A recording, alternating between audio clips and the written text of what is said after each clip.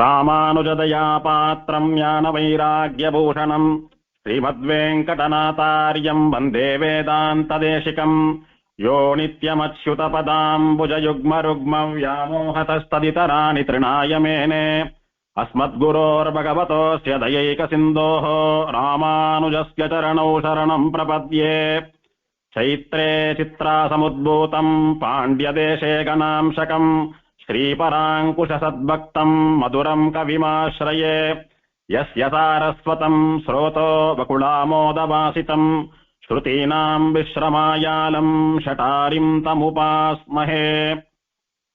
ஆச்சரியமாக திருவத்தியனோற்சவத்தினுடைய ராப்பத்து திருநாள் சாற்றுமறை நடக்கக்கூடிய இந்த உத்தமமான நன்னாள்,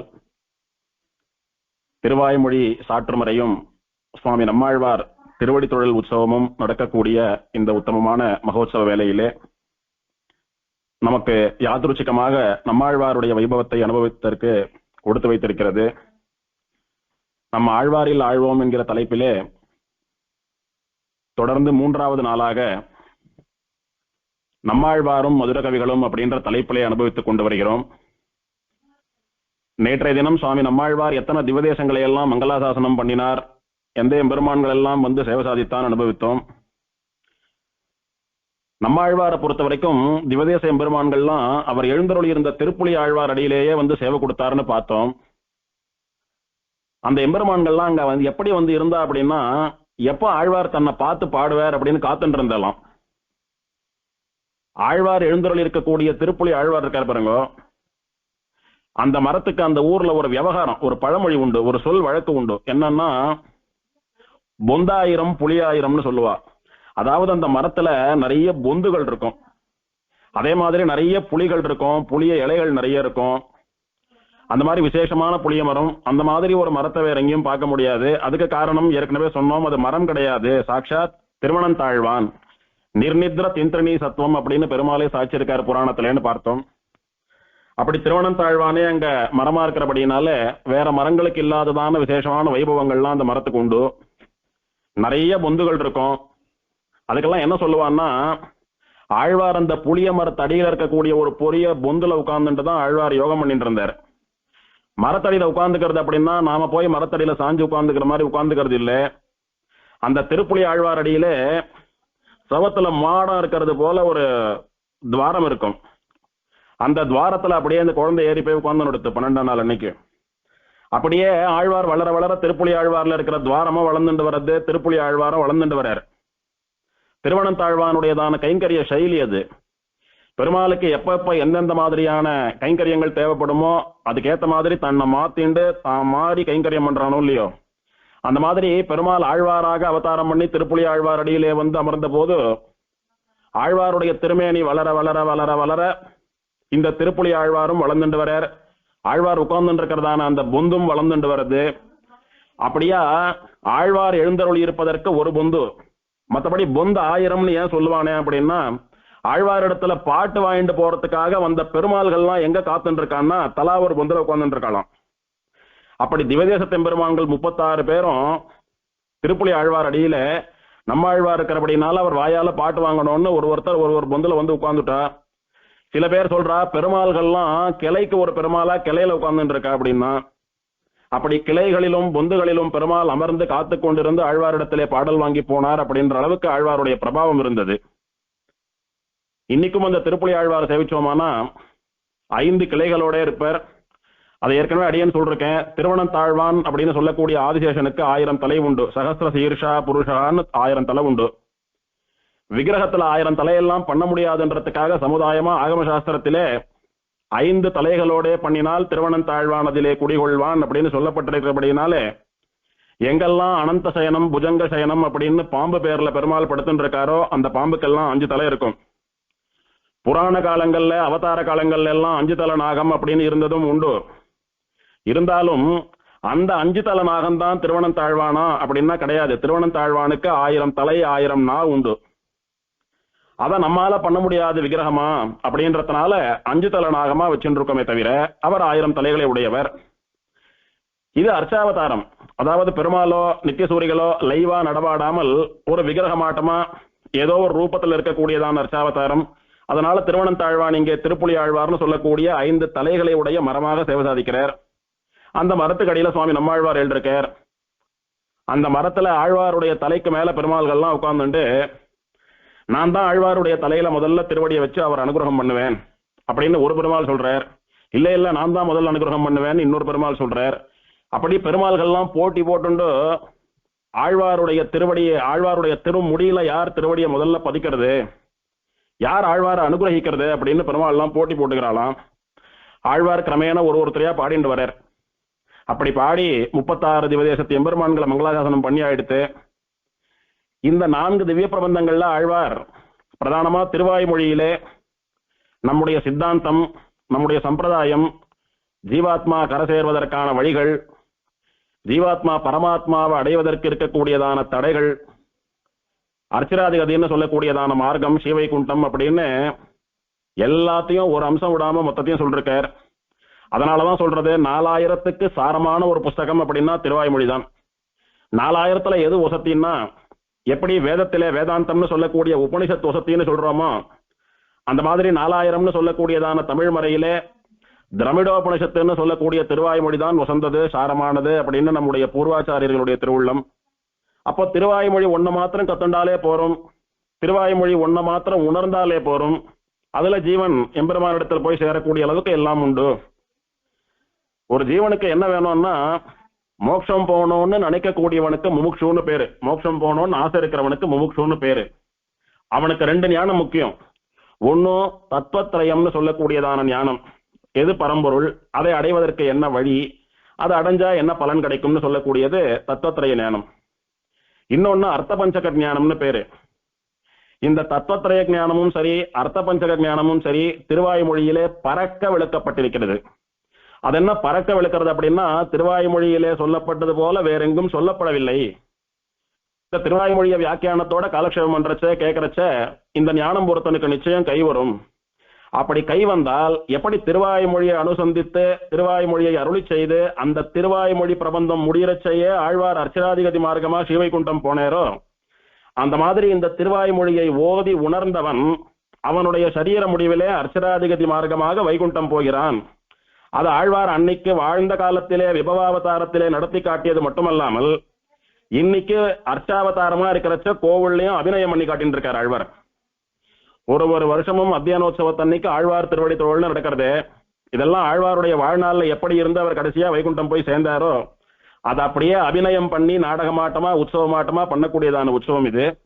இந்த அர்த்த பஞ்சகம்னு சொல்லக்கூடியதை சாஸ்திரம் சொல்றச்ச, பிராப்யஸ்ய பிரம்மணோ ரூபம் பிராப்துச்ச பிரத்யகாத்மனஹ பிராப்த்யுபாயம் பலம் சைவ பிராப்தேஸ்ததா பிராப்தி விரோதிச்ச வதந்தி சகலா வேதாஹ ச இதிஹாச புராணகாஹ. பிராப்யஸ்ய பிரம்மணோ ரூபம், நாம் அடைய வேண்டிய பிரம்மம், பரபிரம்மம் பெருமாள் இருக்கான சிவன் நாராயணன், அவனுடையதான ஸ்வரூபம், அவனுடையதான தன்மை குணங்கள், அவனுடைய திருமேனி, அவனுடைய ஐஸ்வர்யம் அப்படின்னு பிரம்மத்தை பத்தின பர்டிகுலர்ஸ் எல்லாம் தெரிஞ்சுக்கணும். அது முதல் படி. பிராப்துஷ்ட பிரத்யேகாத்மனஹ பிராப்தியுபாயம், அந்த பிரம்மத்தை அடைவதற்குரிய வழி என்னன்னு தெரிஞ்சுக்கணும். பலம், அந்த பிரம்மத்தை அடைந்தால் கிடைக்கக்கூடிய பலன் மோட்சம், அதை பத்தி தெரிஞ்சுக்கணும். அந்த பிரம்மத்தை அடைய வேண்டிய ஜீவனான நம்முடைய ஸ்வரூபம் தெரியணும். அந்த பிரம்மத்தை அடைய விடாம பண்ணக்கூடிய விரோதி, பிராப்தி விரோதின்னு சொல்லக்கூடிய நம்ம எது அவனிடத்துல போக விடாம தடுக்கிறதுன்னு சொல்லக்கூடியதான பிரதிபந்தகங்கள், தடைகள் எல்லாம் பார்த்து தெரிஞ்சுக்கணும். எப்படி அந்த தடைகள்ல இருந்து மீண்டு வர்றதுன்னு தெரிஞ்சுக்கணும், உபாயம் பண்ணணும். இதுக்கு அர்த்த பஞ்சக ஞானம்னு பேரு. இது திருவாய்மொழியில ஆச்சரியமா சொல்லப்பட்டிருக்கு. இந்த ஸ்லோகத்தை அப்படியே பராசர பட்டர் தமிழ்ல மாத்தி திருவாய்மொழிக்கு தனியனாக அருளி செய்தார். ஆச்சரியமா, மிக்க இறை நிலையும் அப்படின்னு பிரம்மத்தினுடைய ஸ்வரூபம். தத்துவங்கள் அப்படின்னு சொன்னா அச்சேதனம், சேத்தனன்னு சொல்லக்கூடிய ஜீவாத்மா, ஈஸ்வரன் சொல்லக்கூடிய பெருமாள், இது 3 தான் தத்துவம். அதுல எது வசந்த தத்துவம் அப்படின்னா சந்தேகமே வேண்டாம், பிரம்மம்னு சொல்லக்கூடியது, பரம்னு சொல்லக்கூடியது, எல்லாத்த விடவும் வசந்தது, அதுதான் வசந்த தத்துவம், பரதத்துவம். அந்த பரம் அப்படின்ற வார்த்தையை தமிழ்ல மாத்தறச்ச மிக்கன்னு மாத்தினார் பட்டர். பிரம்மம்னு சொல்லக்கூடியது இறை, இறைவன், இறை. மிக்க இறைநிலை அப்படின்னா உத்தமமான பிரம்மத்தினுடைய ஸ்வரூபம் மெய்யாம் உயிர்நிலையும். நாம எல்லாம் நம்ம உடம்பு தான் ஆத்மான்னு நினைச்சுட்டு இருக்கோம், நாம உடம்பு தான் நாமன்னு நினைச்சுட்டு இருக்கோம். இந்த உடம்பு நன்னா இருந்தா போறோம், உடம்பு அனுபவிக்க வேண்டிய சுகங்களை எல்லாம் அனுபவிச்சுட்டா போறோம், அதுதான் வாழ்க்கைன்னு நினைச்சுட்டு இருக்கோம். ஆனா இந்த உடம்பு ஒரு நாள் இல்லாத போயிடும். அப்படி உடம்பு இல்லாத போனாலும் நாம இருந்துட்டு இருப்போம். அதனால நாம எதை உயிர் நினைச்சுட்டு இருக்கோமோ அந்த உடம்பு பொய்யானது, பேர் தான் மெய்யே தவிர பொய்யானது, ஒரு நாள் அழிஞ்சு போயிடும். ஆனா எது மெய் அப்படின்னா எது நம்ம கண்ணுக்கு புலப்படாததா இருக்கோ அந்த ஆத்ம வஸ்து மெய்யானதோ இல்லையோ, சத்தியமானதோ இல்லையோ. அதனால சொல்றச்சைய மெய்யாம் உயிர்நிலையும். உயிர் அப்படின்னா ஜீவன், உயிர் நிலைன்னா ஜீவாத்மாவினுடையதான ஸ்வரூபம். மிக்க இறைநிலையும் பிரம்மத்தினுடைய ஸ்வரூபமும் மெய்யாம் உயிர்நிலையும் ஜீவனுடைய ஸ்வரூபமும் அப்படின்னு ஆரம்பித்து தக்க நெறியும் அந்த பிரம்மத்தை அடைவதற்குரிய வழியும் உபாயமும். இந்த உபாயம்னு சொல்லக்கூடியது பக்தியோ பிரபத்தியோ, அதனுடைய ஸ்வரூபம் உபாய ஸ்வரூபம். மிக்க இறைநிலையும் மெய்யாம் உயிர்நிலையும் தக்க நெறியும் தடையாகி தொக்கியலும் ஊழ்வினையும் அப்படின்னு அந்த பிரம்மத்தை தெரிஞ்சுண்டா எடுத்து இந்த ஜீவன் தன்னை பத்தி உணர்ந்துட்டான். பிரம்மத்தை அடைவதற்கான வழி எதுன்னு தெரிஞ்சு போயிடுத்து. அப்புறம் ஏன்டா அடையாம இருக்க அப்படின்னா ஏதோ தடுக்கிறது சுவாமி. என்ன தடுக்கிறது? இவன் அனாதி ஜென்மங்கள்ல பண்ணின பாவ புண்ணியங்கள் ஆகிற கர்மாக்கள் தடுக்கிறது. அந்த கர்மாவுக்கு எது காரணம்? ஏன் கர்மா ஒழியல? அஞ்ஞானம் இருக்கிறபடினால கர்மா ஒழியல. நாளுக்கு நாள் அஞ்ஞானம் வளர்ந்துட்டே போறது, நாளுக்கு நாள் கர்மா பெருகின்றே போறது. இது பெருக பெருக பகவானிடத்துல இவன் நெருங்கக்கூடியது குறைஞ்சுட்டே வருது. எத்தனை தூரம் பாவமும் புண்ணியமும் சேர்ந்துட்டே போறதோ அத்தனை தூரம் இவன் அப்படியே பகவானிடத்துல இருந்து கொஞ்சம் கொஞ்சமா விலகி போயிட்டு இருக்கான். சோ அந்த தடைகள் எல்லாம் ஒழியணும். அந்த தடை ஒழியணும் அப்படின்னா அதுக்கு பாகவத சம்பந்தம் வேணும், பகவான் விஷயமான அனுபவம் வேணும், கொஞ்சமான பக்தி இருக்கணும், ஆழ்வார் ஆச்சாரியர்களுடைய ஸ்ரீசூக்திகள்ல ஒரு ஆசை வரணும்.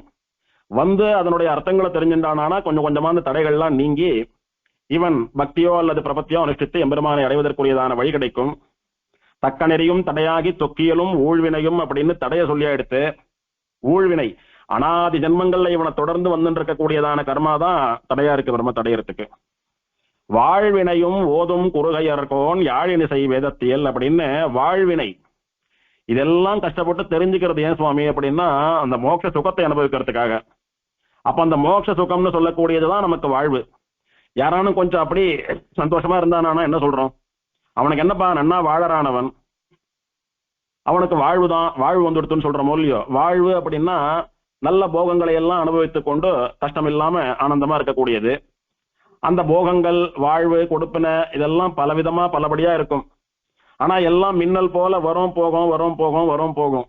எது நிலையானதுன்னா ஸ்ரீவைகுண்டத்திலே அனுபவிக்கக்கூடியதான வாழ்வினை தான் நிஜமான வாழ்வினையானபடியினாலே அந்த மோட்சத்திற்கு வாழ்வினை அப்படின்னு பெயர் கொடுத்தார். நீங்க வாழறதெல்லாம் வாழ்க்கையே இல்ல, இதெல்லாம் என்ன பெருசா வாழ்வினை கொடுப்பினை?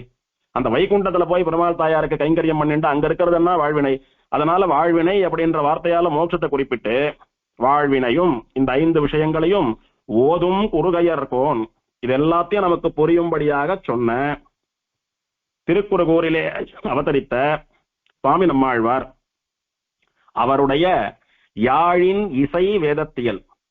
யாழினுடைய இசையை கேட்டா எப்படி அப்படி மனசெல்லாம் மயங்கி உடம்பெல்லாம் அப்படி உருகி ஆத்மா எங்கேயோ மிதக்கிறதோ அந்த மாதிரி திருவாய்மொழியை பக்தியோடு கேட்டோமானா அந்த யாழ் இசை போன்று என்னமோ பண்ணக்கூடியது நம்முடைய ஆத்மாவை திருவாய்மொழி. ஓதும் அப்படின்ற வார்த்தை வர்றதுன்னா என்ன அர்த்தம்? அது வேதம்னு அர்த்தம். இப்போ ஆழ்வார் இப்படி சொன்னார், சுவாமி தேசிகன் இப்படி சாதித்தார், பாஷ்யக்காரர் இப்படி சாதித்தார்னு சொல்றோம்.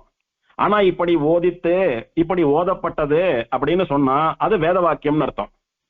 இங்க பட்டர் தெளிவா சாதிக்கிறார், ஓதும் குறுகையர்கோன், அருளி செய்யும் குறுகையர்கோன், சொல்லும் குறுகையர்கோன் எல்லாம் சொல்லல. ஓதும்னு சொன்னதுனால வேதத்திற்கு பயன்படுத்தக்கூடிய ஓதுதல் அப்படின்ற சப்தம் இங்கே கையாளப்பட்டிருக்கிறபடினாலே ஆழ்வார் வேதத்தை தமிழிலே ஓதினார் அப்படின்றதுதான் விஷயம். அதனால்தான் இதற்கு தமிழ் மறை, தமிழ் வேதம், திரமிட வேதம், திரமிடோபனிஷத்துன்னு எல்லாம் பேரு. குறுகையர்கோன் யாழின் இசை வேதத்தியல். வேதத்துல இயல் வேதம் இசை வேதம் அப்படின்றதா 2 விதமா அனுபவிக்கலாம். இயல் வேதம்னு சொல்லக்கூடியது அந்தந்த வேதத்திற்குரிய ஸ்வரத்தோட கூட அந்த வேதத்தை சேவிக்கிறதுக்கு இயல் வேதம்னு பேர் வச்சுக்கலாம். இசை வேதம் அப்படின்னா கேட்கறச்சேயே ஒரு கான ரூபமாக இருக்கக்கூடியதான பாட்டு ரூபத்திலே இருக்கக்கூடியதான வேதம், அது சாமவேதம். சாமவேத பாராயணம் பண்றச்ச ஆச்சரியமா ஏதோ சங்கீதம் பாடுறாப்புலயே இருக்கும். எம்பெருமானுக்கு மிகவும் உகந்த ஹாவூ ஹாவூன்னு வரக்கூடியதான சாமகானத்தை வசந்த ஸ்ரீவைகுண்டத்திலே நித்தியசூரிகள்லாம் பாடின்னு இருக்கா. எப்போதும் சாமகானம் கேட்டுட்டே இருக்க வைகுண்டத்திலேன்னு ஆழ்வாராச்சாரியர்கள்லாம் சொல்றா. வேதம் சொல்றது, உபனிஷத் சொல்றது. ஏதத் சாமகாயன் நாஸ்தே ஏதத் சாமகாயன் நாஸ்தேன்னு உபனிஷத்துல சொல்லப்பட்டிருக்கு. எப்போதும் சாமகானம் ஓதப்பட்டு கொண்டே இருக்கக்கூடிய இடம் அது அப்படின்னு சொல்றதுக்கு நம்ம சுவாமி தேசிகன் தான் ஆச்சரியமா யாரும் சொல்லாதபடிக்கு காட்டி கொடுத்தார். அங்க ஏதத் சாமகாயன் நாஸ்தே ஏதத் சாமகாயன் நாஸ்தேன்னு வெறும் சாமகானம் மட்டுமே ஓதப்படவில்லை. பல்லாண்டே பல்லாண்டும் பாடுவோமேன்னு ஆழ்வார்களுடைய அருளி செயல்களும் ஸ்ரீவைகுண்டத்திலே நித்தியசூரிகளாலே எப்போதும் ஓதப்படுகிறது அப்படின்னு சுவாமி தேசிகன் காட்டி கொடுத்தார். இப்படியும் கூட சம்ஸ்கிருத வேதங்களுக்கும் தமிழ் மறைக்கும் சாமியம் எம்பெருமானாலே அருளி செய்யப்பட்டது. அப்படி எப்படி ஒருத்தன் வேதத்தை ஓதி உணர்ந்து அர்த்த பஞ்சக ஞானத்தை கைவரப்பெற்று மோட்சம் போவானோ அது மொத்தமும் இந்த திருவாய்மொழி ஒரு கிரந்தத்தினாலேயே ஏற்பட்டுவிடும். அதனால சாட்சாத் இதுவும் வேதம், அது சம்ஸ்கிருத வேதம், இது தமிழ் வேதம் அப்படின்ற பாஷா வித்தியாசம் மட்டுமே ஒழிய வேற ஒன்றும் கிடையாது. அதனாலதான் அப்பேற்பட்ட ஆச்சாரியரான வேத வேதாந்திர சாஸ்திர நிதியான சுவாமி பராசர பட்டரே ஓதும் குறுகையர்கோன் யாழின் இசை வேதத்தியல் அப்படின்னு சாதிச்சார். கீதையில கண்ணன் சாதிக்கிறச்ச வேதானாம் சாமவேதோஸ்மின்னு வேதங்கள்ல வசந்த சாமவேதமா இருக்கேன்னு சொன்னான். அப்படி பகவானுக்கு ரொம்பவும் பிடித்ததான சாமவேதத்துக்கு சமானமாக இந்த திருவாய்மொழியும் பகவானுக்கு ரொம்ப பிடிச்சது. மற்ற பிரபந்தங்களை எல்லாம் வீதியில சொல்றது உண்டு. எம்பெருமானுடைய உற்சவங்கள் புறப்பாடு சமயத்துல எல்லா ஆழ்வார் பிரபந்தங்களையும் வீதியில சேவிக்கிறது உண்டு. நம்மாழ்வாருடைய மற்ற பிரபந்தங்களை கூட சேவிக்கிறது உண்டு வீதியில. ஆனா திருவாய்மொழியை மட்டும் வீதியில சொல்றது கிடையாது.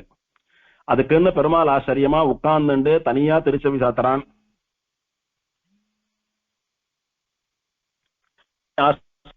பெருமாள் உகந்து அமர்ந்து கேட்கக்கூடியதான ஒரு உத்தமமான பிரபந்தம் அப்படின்னா அது இந்த திருவாய்மொழி. இப்படி திருவாய்மொழிக்கு நிறைய ஏற்றங்கள் சொல்லிண்டே போற ஆச்சாரியெல்லாம். அடுத்தபடியா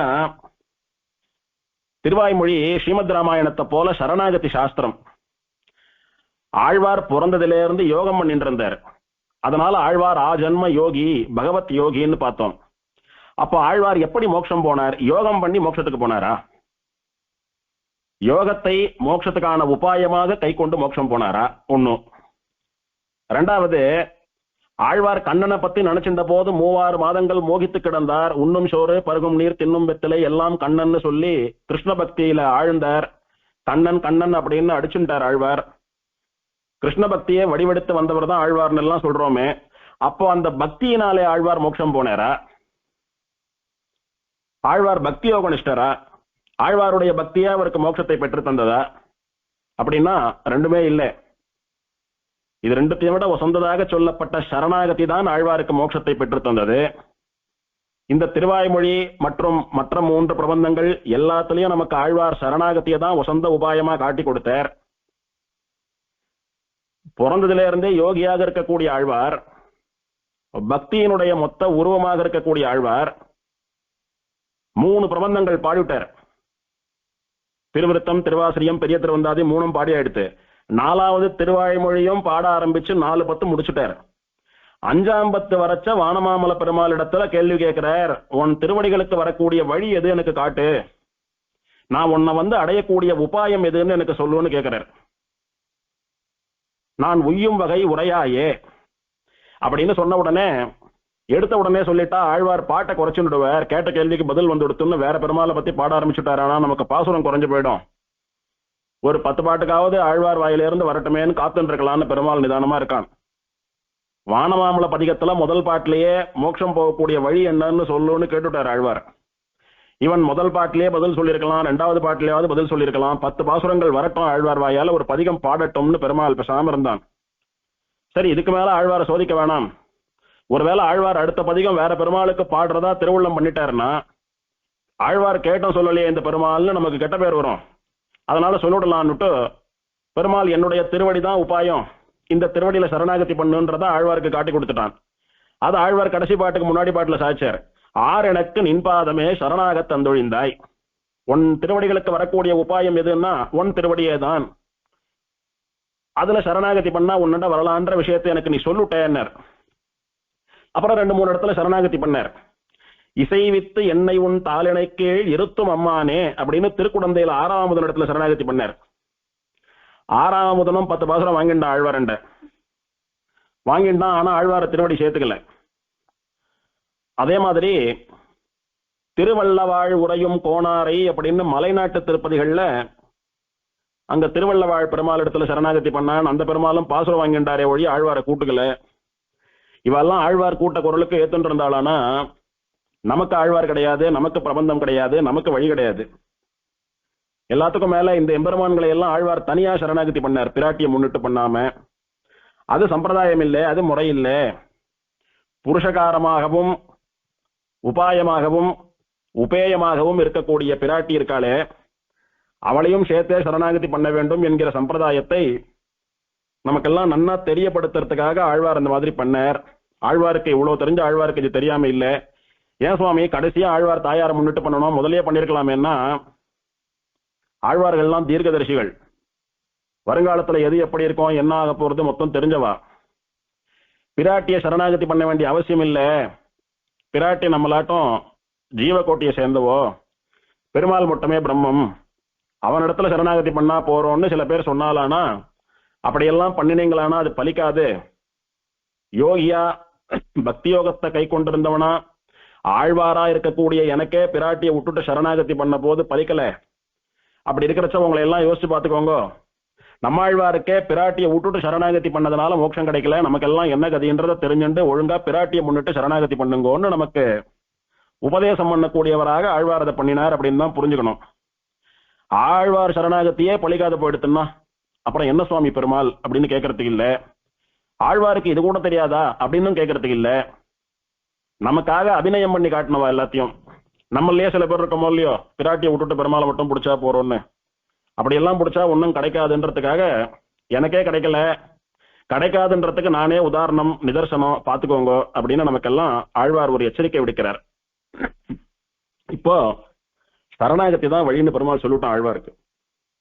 அதனால பெருமாளை அடையக்கூடிய அந்த சரணாகதி தர்மத்தை, சரணாகதி மார்க்கத்தை நன்னா ஸ்திரமா ஸ்தாபிக்கணும் ஆழ்வார் இந்த பிரபந்தத்துல. சரி, இப்ப சரணாகதி எதை கொண்டு பண்றோம் அப்படின்னா, துவய மகாமந்திரம்னு சொல்லக்கூடிய மந்திரத்தை கொண்டு சரணாகதி பண்றோம். இந்த வசந்த துவய மந்திரம் இருக்கிறது, அந்த மந்திரத்தினாலதான் நம்ம ஒருத்தருக்கும் பரநியாசம் ஆறுது. அந்த துவய மகாமந்திரத்தை சொல்லி ஆச்சாரியன் நம்முடைய ஆத்மாவை எம்பெருமானுடைய திருவடிகளிலே சமர்ப்பிக்கிற போது பெருமாளும் பிராட்டியும் நம்ம ஆத்மாவை ரட்சிக்கக்கூடியதான பொறுப்பை ஏத்துக்கிறார். ஏத்துன்ட்டு நமக்கு மோட்சம் தரா. அதனால துவய மகாமந்திரத்துக்கு சரணாகதி மந்திரம்னு பேரு. சுவாமி தேசிகன் துவயச்சுருக்குல சாதிக்கிறச்ச, இன்னமுதில் பிறந்தால் இதம் கேட்க உரைத்த பிரான் அப்படின்னு சாதிக்கிறார்.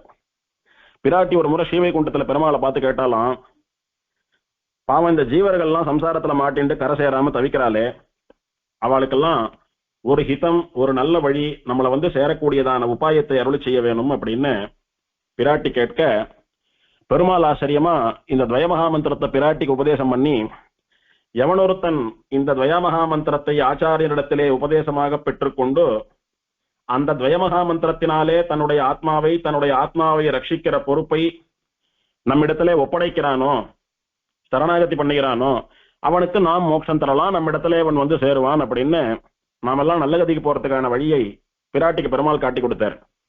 இப்படி துவயமகாமந்திரத்தை பிராட்டிக்கு உபதேசம் பண்ணினதுனால பெருமாள் பிராட்டிக்கு ஆச்சாரியனானார். அதே துவயமகாமந்திரத்தை பிராட்டி விஸ்வக்சேனருக்கு உபதேசம் பண்ணி விஸ்வக்சேனருக்கு பிராட்டி ஆச்சாரியானா.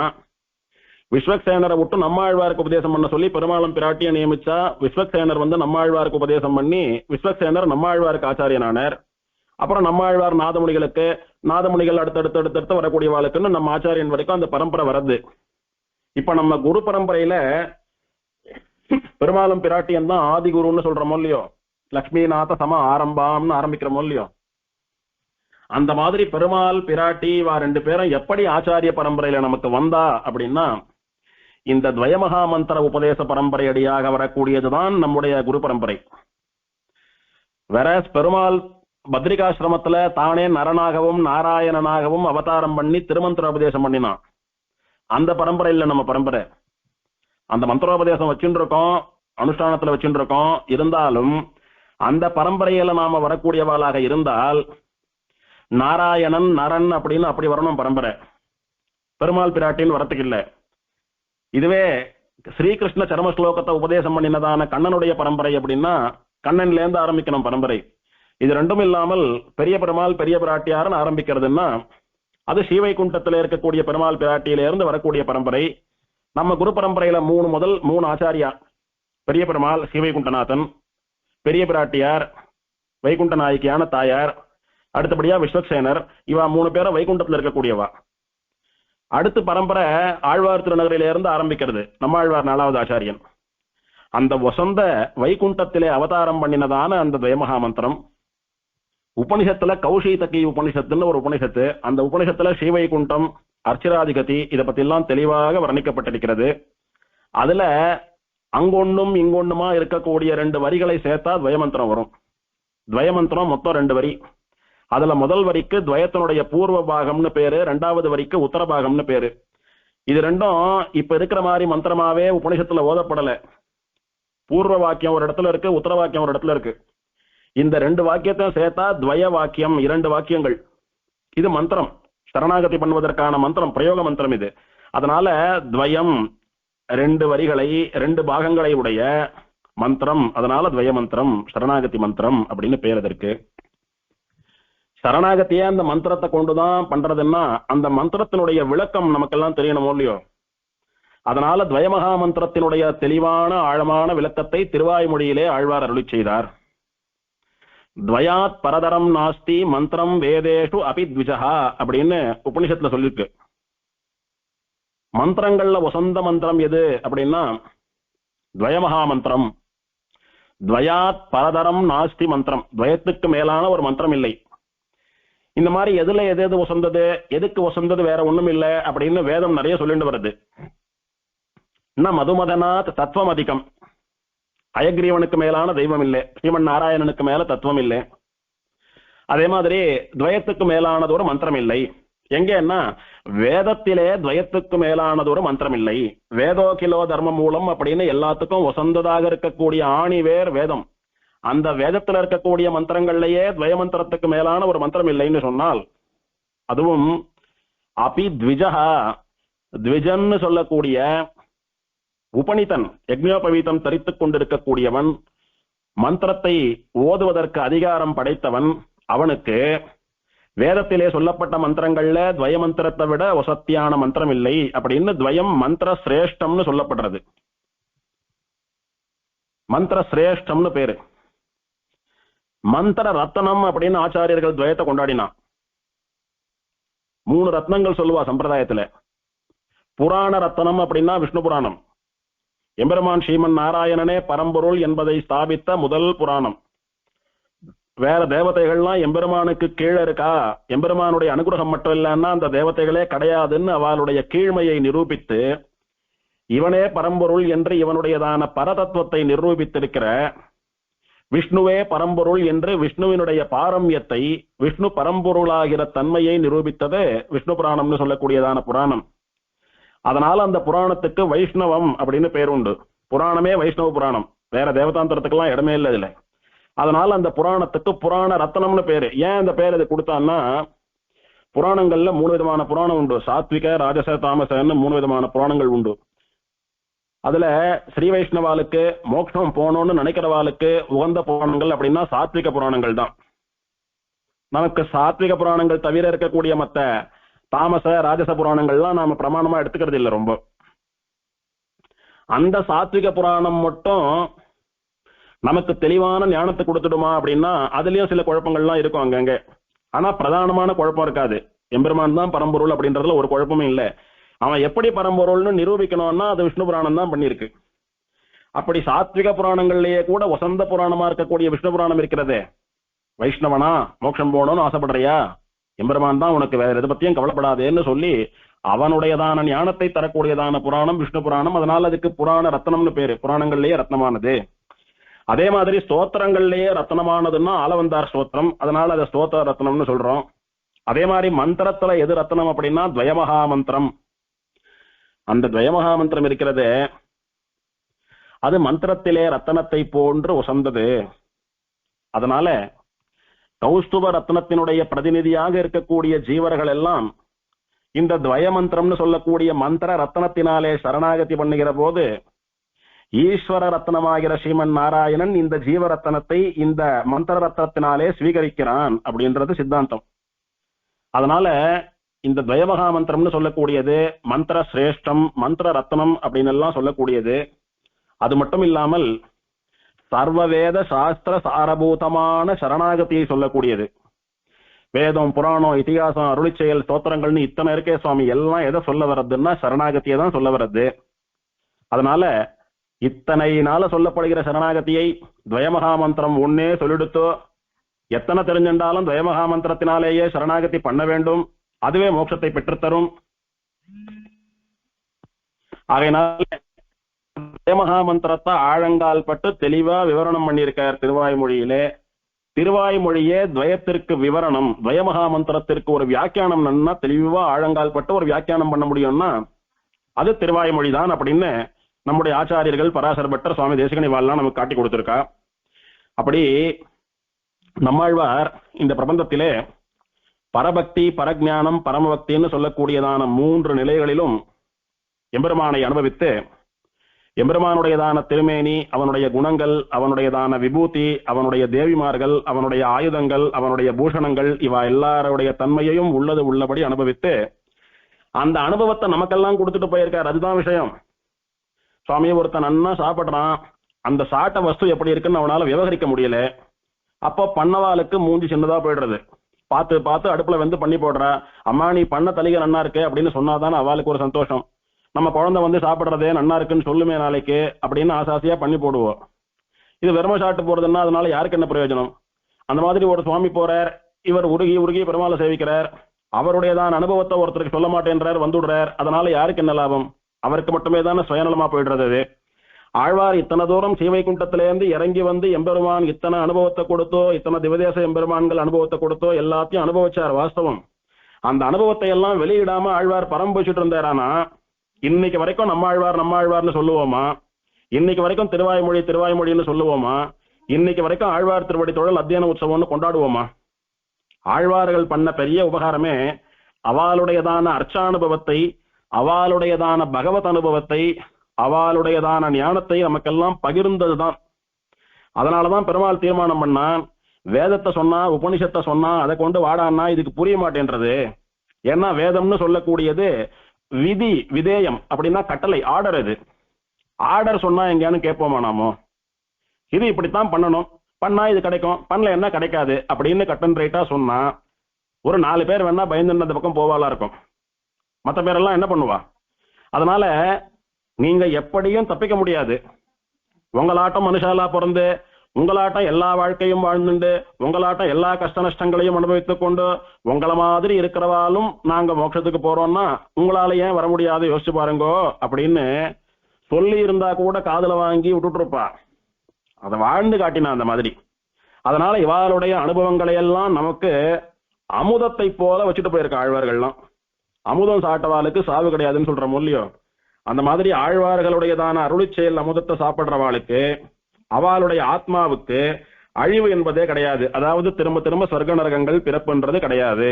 அதனால நம்மாழ்வாருடைய பிரபந்தத்திற்கு என்ன பேர் அப்படின்னா தொண்டர்க்கு அமுது உண்ண சொன்ன சொல்மாலைகள் அப்படின்னு பேரு. ஆழ்வாரே சாதிக்கிறார், தொண்டர்க்கு அமுதுண்ண சொல்மாலைகள் சொன்னேன். தொண்டர்க்கு எம்பெருமானுடைய அடியவர்களுக்கு, பாகவதர்களுக்கு, கைங்கரியப்படர்களுக்கு, பிரபன்னர்களுக்கு அமுது உண்ண, அமிர்த சாட்டா எத்தனை போகம் இருக்குமோ அத்தனை போகத்தை அவ இந்த சரீரத்திலேயே அனுபவிக்கும்படியாக, ஸ்ரீவைகுண்டமாகிற அமிர்தத்தை இங்கிருந்தேயே அனுபவிக்கும்படியாக ஆழ்வார் எப்படி ஸ்ரீவைகுண்ட அனுபவத்தை இங்கே இருந்து பெற்றாரோ அந்த அனுபவத்தை எல்லாம் சொல் மாலைகள், வார்த்தைகளாலே தொடுக்கப்பட்ட பாசுர மாலைகளாலே நமக்கெல்லாம் அருளி செய்தார். அருளி செய்துட்டு வந்து பிறந்து 16 வருஷம் யோகம் பண்ணி ஆயிடுத்து. யோகத்துல பெருமாளை நன்னா அனுபவிச்சுட்டேன். வைகுண்டத்தில இருந்தும் பல திவதேசங்கள்ல இருந்தும் பெருமாள் பிராட்டிமார்களோடு வந்து எல்லா அனுபவத்தையும் கொடுத்தான். போறோன்ற அளவுக்கு அனுபவிச்சாயிடுத்து. அதையெல்லாம் பிரபந்தமா பாடி உலகத்திற்கு உபகாரமும் பண்ணியாயிடுத்து. பிறந்த காரணமும் நிறைவேறிடுத்து. இதுக்கு மேல ஆழ்வாருக்கு நிறைவேறாத ஆசைன்னு ஒண்ணு கிடையாது. அவா அப்படின்னு சொல்லக்கூடிய ஆசை ஒண்ணும் இல்லை ஆழ்வாரிடத்துல. எது அவா அப்படின்னா, இத்தனை நாள் இங்க இருந்தபடியே அனுபவித்துக் கொண்டிருந்த ஸ்ரீவைகுண்டத்தை நேரே பார்த்து நேரே வைகுண்ட அனுபவம் பண்ண வேண்டும். அந்த ஸ்ரீவைகுண்டநாதனுக்கும் பிராட்டிமார்களுக்கும் நேர்ல போய் கைங்கரியம் பண்ணணும், அவளோட நேர்ல கலக்கணும்ன்ற ஒரு ஆசை மட்டும்தான் ஆழ்வாருக்கு வெஞ்சி இருக்கிறது. அவதாரம் பண்ணி இத்தனை ஆசைகளையும் ஆழ்வாருக்கு நிறைவேற்றிண்டே வந்த பெருமாள் இப்ப மட்டும் விட்டுடுவானா? அதனால வரிசையா ஒரு பெருமாள் ஒரு பெருமாளா வந்து பாட்டு வாங்கிண்டா. ஆழ்வாருக்கு இந்த பெருமாள்களை எல்லாம் சேவிக்க சேவிக்க இந்த சேவைகளும் அனுபவங்களும் நித்தியமாக கிடைக்கக்கூடிய ஸ்ரீவைகுண்டத்துக்கு என்ன அப்ப அழிச்சுட்டு போவே அப்படின்னு வைராக்கியம் ஜாஸ்தியா முத்திண்டே போறது. அப்படியே ஆழ்வார் பார்த்தார். திருமோகூர் காலமேக பெருமாள் வந்தான். தால தாமரை தடமணி வயல் திருமோகூர் அப்படின்னு பாட ஆரம்பித்தார். அந்த பெருமாளை விட்டா வேற கதி இல்லைன்னார் ஆழ்வார். பெருமாள் புரிஞ்சுனுட்டான். புறப்படுறதுக்கு நாழியா எடுத்து, நான் வைகுண்டம் போனோம், இன்னும் எத்தனை பெருமாளை பாடிட்டு இப்பயே இங்கேயே வச்சுட்டு இருப்ப, என்ன அழிச்சுட்டு போ அப்படின்னு அந்த பெருமாளை பார்த்து ஆழ்வார், அம்மா அப்பா எல்லாம் கடைக்கு போறச்ச நானும் வரேன்னு குழந்தை கை கொடுக்கறது பாருங்க, அந்த மாதிரி விரலை நீட்டு நிற்கிறார் ஆழ்வார். பெருமாள் பார்த்தான். இதுக்கு மேல ஆழ்வாரை போட்டு படுத்த வேண்டாம், ஆழ்வாரை வைகுண்டத்துக்கு அழிச்சும் போயிடலான்னு பெருமாள் சங்கல்பம் பண்ணிவிட்டான். ஆனா வந்து காத்துன்னு இருக்கிற பெருமாள்கள்ல இன்னும் சில பெருமாள் பாட வேண்டிய பாக்கி இருக்கு. அவளை பாடணும் ஆழ்வார். அவா ஒரு பக்கம் இருங்கோ அழிச்சுட்டு போயிடாதீங்கோ எங்களை பாடணும்னு அவா வேற காத்துன்னு இருக்கா. ஆழ்வாருக்கும் அவளை பாடணும்னு ஆசையா இருக்கு. சரி, நான் மோட்சம் தரல, நான் மோட்சம் போகக்கூடிய வழியில உமக்கு கையை பிடிச்சி அழிச்சுட்டு போறேன், உமக்கு வழித்துணையா வரேன், நீ ரொம்ப விஷதம் பட வேண்டாம், இருந்தது போறோம் வைகுண்டம் போலாம், வழித்துணைக்கு நானே கூட வந்து வழி நடத்தி வைக்கிறேன் அப்படின்னு அந்த பெருமாள் காத்துன்னு இருக்கான். அப்போ ஆழ்வார் சொல்றார், இவன் பெருமாள் இல்ல, எனக்கு நண்பன் இவன். திருமோகூர் ஆத்தன் அப்படின்னார். ஆத்தன் அப்படின்னா ஆப்தன். ஆப்தன் அப்படின்னா உயிர் நண்பன் அர்த்தம். வைகுண்டம் முதல்ல ஆழ்வார் போறார். போகக்கூடிய வழி தெரியுமா? பயமா இருக்காதா? அப்ப ஏற்கனவே வழி தெரிஞ்சவா கொஞ்சம் தைரியமா இருக்கிறவா அந்த இடத்துல நன்னா பிராக்டிஸ் இருக்கிறவா கூட வந்தாலானா கொஞ்சம் தெம்பா தைரியமா பயம் இல்லாம போலாம் இல்லையோ. அப்போ அந்த அர்ச்சராதிகத்தி வழியா பல பேரை வைகுண்டத்துக்கு அழிச்சுட்டு போன பெருமாள், நான் உமக்கு வழித்துணையா வரேன் கவலைப்படாதீரோம் அப்படின்னார் ஆழ்வாரை பார்த்து. காலமேகத்தை அன்றி மற்றொன்றிலம் கதியே அப்படின்னார் ஆழ்வார். கதின்னா வழின்னு அர்த்தம். இங்கே அந்த பெருமாளை தவிர வேற வழி தெரியாது எனக்கு, அவன் தான் எனக்கு வழிக்கு வந்து அழிச்சுட்டு போகணும் அப்படின்னார். சரின்னு வழித்துணையா அர்ச்சராதிகதியில கையை பிடிச்சி அழிச்சுட்டு போறதுக்கு அந்த பெருமாள் காத்துன்னு இருக்கார். அப்படி பாட வேண்டிய பெருமாள்கள் எல்லாம் பாடி முடிச்சா எடுத்து கடைசியில ஆழ்வாருக்கு திருமாலிருஞ்சோல பெருமாள் மேல ஒரு கவனம் வந்தது. ஏற்கனவே கிளரொளி இளமை கெடுவதன் முன்னம்னு திருமாலிருஞ்சோல அழகர பேர் சொல்லி 10 பாட்டு பாடி ஆயிடுத்து. அந்த பெருமாள் உற்சவர் இருக்காரு, அவருடையதான திருமேனி சௌந்தர்யம் சோபை, அந்த பெருமாளுடையதான வழியக்கூடிய சொட்டக்கூடிய அழகு ஆழ்வாருடைய மனச ஆழ்வாருடைய ஹிருதயத்தை என்னமோ பண்றது. அத்தனை பாட்டு பாடியும் ஆழ்வாருக்கு போறல. கிளரொளி இளமைன்னு 10 பாட்டு பாடினார், போறல. ஆழ்வார் நினைக்கிறார் ஒரு நிமிஷம், இந்த 10 பாசுரத்துல மற்றவாளுக்கு நாம உபதேசம் தானே பண்ணியிருக்கோம். இளமை காலத்திலேயே பெருமாளை போய் திருமாலிருஞ்சோலையில சேவிச்சு சரணாகதி பண்ணுங்க, வயசாரத்துக்கு முன்னாடி பெருமாள்கிட்ட போங்கன்னு மற்றவாளுக்கு இதை உபதேச ரூபமா தானே பண்ணியிருக்கோம். அனுபவிச்சு பாடலையே, அனுபவம் அப்படின்னு கொஞ்சம் பாட்டு பாடலாம்னு ஆழ்வார் நினைக்கிறார். இப்போ தென்னாச்சாரிய குரு பரம்பரையில நம்பில்லைன்னு ஒரு ஆச்சாரியர் ஒருவர், அவருடைய சரித்திரத்துல ஒரு தமாஷா ஒரு விஷயம் நடக்கும். ஒரு சிஷ்யன் நம்பில்லையை சேவிக்கிறதுக்கு மத்தியானம் சாப்பிட்டதுக்கு அப்புறம் வந்தானா. பாடா கண்ணா சாட்டியான்னாரான். இல்ல சுவாமின்னா, சரி சாதம் போடுங்க அப்படின்னா சாதம் போட்டாலாம் சாப்பிட்டுட்டே இருக்கான் இவன். அவன் அண்ணா நிறைய சாப்பிடக்கூடியவன். சுவாமி பக்கத்திலேயே நின்றுட்டு இருக்கார், ஆச்சாரியன் பக்கத்திலேயே இருக்கார். அவர் முன்னாடி அத்தை போடு இத்த போடுன்னு கேட்டு சாப்பிட்றதுக்கு கூச்சமா இருக்கு. ஆனா நன்னா சாப்பிடக்கூடியவன், மடத்துல நன்னா தலிகை பண்ணிருக்கான், நிறைய சாப்பிடணும்னு ஆசை, தயங்கிட்டே இருக்கான். சுவாமி இதெல்லாம் யோசிக்கல, அவர் பாட்டுக்கு அவன் சாப்பிட்டோன்னு பேசாம எங்கேயோ பார்த்துட்டு உட்கார்ந்துட்டு இருக்கார்.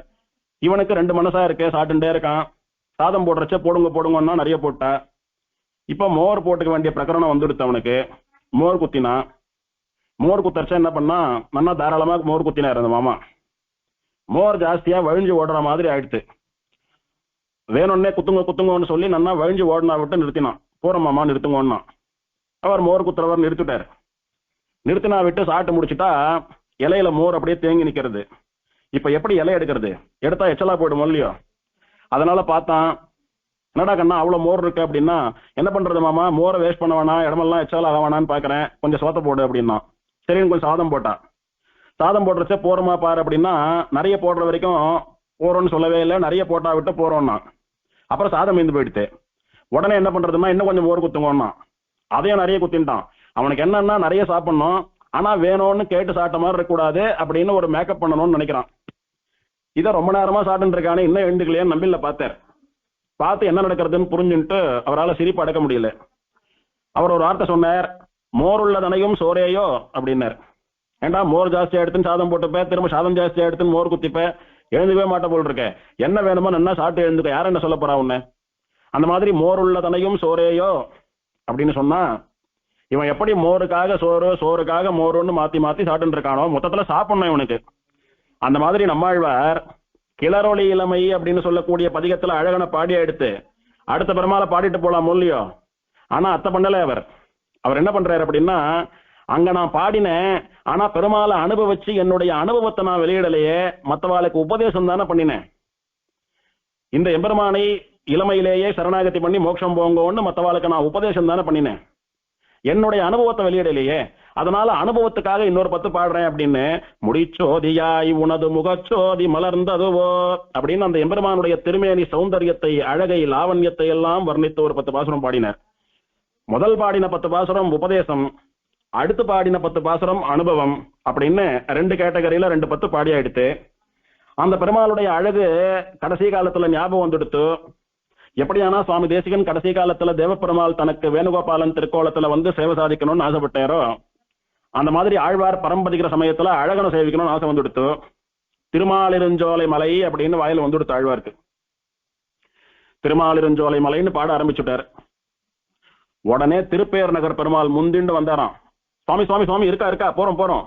அவர் ஏற்கனவே 20 பாட்டு பாடி ஆயிடுத்து, இங்க வந்த எல்லாரையும் பாடி ஆயிடுத்து, என்ன உற்ற போறீர் நீர் பாட்டுக்கு திருமாலிருஞ்சோலை மலைன்னா அவனுடைய அனுபவத்துல அப்படியே இங்க பக்கத்துல காலமேக பெருமாள் வேற நின்று இருக்கார், கையை பிடிச்சி அழிச்சு போட்டாரானா எனக்கு பாசுரம் இல்லாத போயிடும், போறோம் போறோம் அதோட நிறுத்திக்கோங்க நேரம். திருமாலிருஞ்சோலை மலையே என்ன திருமால் வந்து என் நெஞ்ச நிறைய புகுந்தான். திருமாலிருஞ்சோலை மலை அப்படின்னு பாட ஆரம்பித்தார். அந்த மலையை வர்ணித்து, அந்த மலையில இருக்கக்கூடிய நூபுர கங்கா தீர்த்தத்தை வர்ணித்து, அழகனை வர்ணிக்கணும்னு ஆசைப்பட்ட ஆழ்வார் திருமாலிருஞ்சோலை மலைன்னு சொன்ன உடனே புரிஞ்சு போயிடுத்து. ஆஹா, திருமாலிருஞ்சோலை பெருமாளா, அந்த பெருமாளை நினைச்சுண்டா அப்படி உருகுவாரே இவர். அப்புறம் அவனை நினைச்சுட்டே வைகுண்டம் போயிட்டாரானா வந்து பாட்டு வாங்கிட்டு போகாத ஒரு கீழ்மை எனக்கு வந்துடுமே, ஒரு பழி எனக்கு வந்துடுமே, என்ன பாடாத போயிடுவாரு. அதனால சுவாமி பாடினது போறோம், என்ன பாடுங்கன்னு திருப்பேர் நகர் பெருமாள் அப்ப கூட தான் போய் ஆழ்வார் முன்னால அழகரை கொஞ்சம் தள்ளி நின்னுக்கோங்கன்னு சொல்லிட்டு இவன் போய் நின்றுட்டானா என்ன பாடட்டோன்னு. சரி, ஆமா இவர் சொல்றது சரிதான், போக வேண்டிய நேரம் வந்துடுத்து, வந்த பெருமாள்ல ஒருத்தர் பாடாம விடுறதுன்றது சரியில்லை, அதனால பாட விடலாம் அப்படின்னு அந்த அப்ப கூட்டத்தான பாட ஆரம்பிச்சுட்டார். திருமாலிருஞ்சோலை மலையே என்ன திருமால் வந்து என் நெஞ்சு நிறைய புகுந்தான், தாரேள் கடலேள் மலையேள் இவையுண்டும் ஆறாவையிற்றானை அடங்க பிடித்தேனே, பிடித்தேன் பிறவி கெடுத்தேன் மடித்தேன் மனை வாழ்க்கையுள் நிற்பதோர் மாயையை அப்படின்னு திருமாலிருஞ்சோலைன்னு பாட ஆரம்பித்த உடனே திருப்பேர் நகர் பெருமாள் வந்து என்னுடைய உள்ளத்தை கொள்ளை கொண்டான். அதுவும் என்ன பண்ணினான் தெரியுமா, பேரே உரைகின்ற பிரான், திருப்பேர் நகர்னு சொல்லக்கூடியதான திவதேசத்திலே எழுந்தருளி இருக்கக்கூடிய பெருமாள் இன்று வந்து இன்னைக்கு ஆழ்வார் திருநகரியிலே திருப்புலி ஆழ்வார் அடிக்க வந்து, பேரேன் உன்னை விட்டு இனிமேல் நான் போக மாட்டேன், நீர் அப்படி என்ன ஸ்கிப் பண்ணிட்டு அழகரை பாடலான்னு போனீர், ஆனா நான் என்ன பண்ணினேன், இருங்கோ அவரை பாடியா எடுத்து என்ன பாடுங்கோன்னு சொல்லி வலிய பாட்டை கேட்டு வாங்கிக்கிறேன், அதனால நீர் என்ன போக்கணும் என்ன கலப்பணும்னு நினைச்சா கூட நான் போறதா இல்லை, இன்று வந்து பேரேன் உம்மை விட்டு பேர்ந்து போக மாட்டேன், பர்மனண்டா உம்மோடையே இருந்துட போறேன், உம்முடைய அனுபவம் எனக்கு வேணும், இன்று வந்து பேரேன் என்று என் நெஞ்சு நிறைய புகுந்தான். ஆழ்வாருடைய நெஞ்சு நிறைய புகுந்துட்டான் பெருமாள்.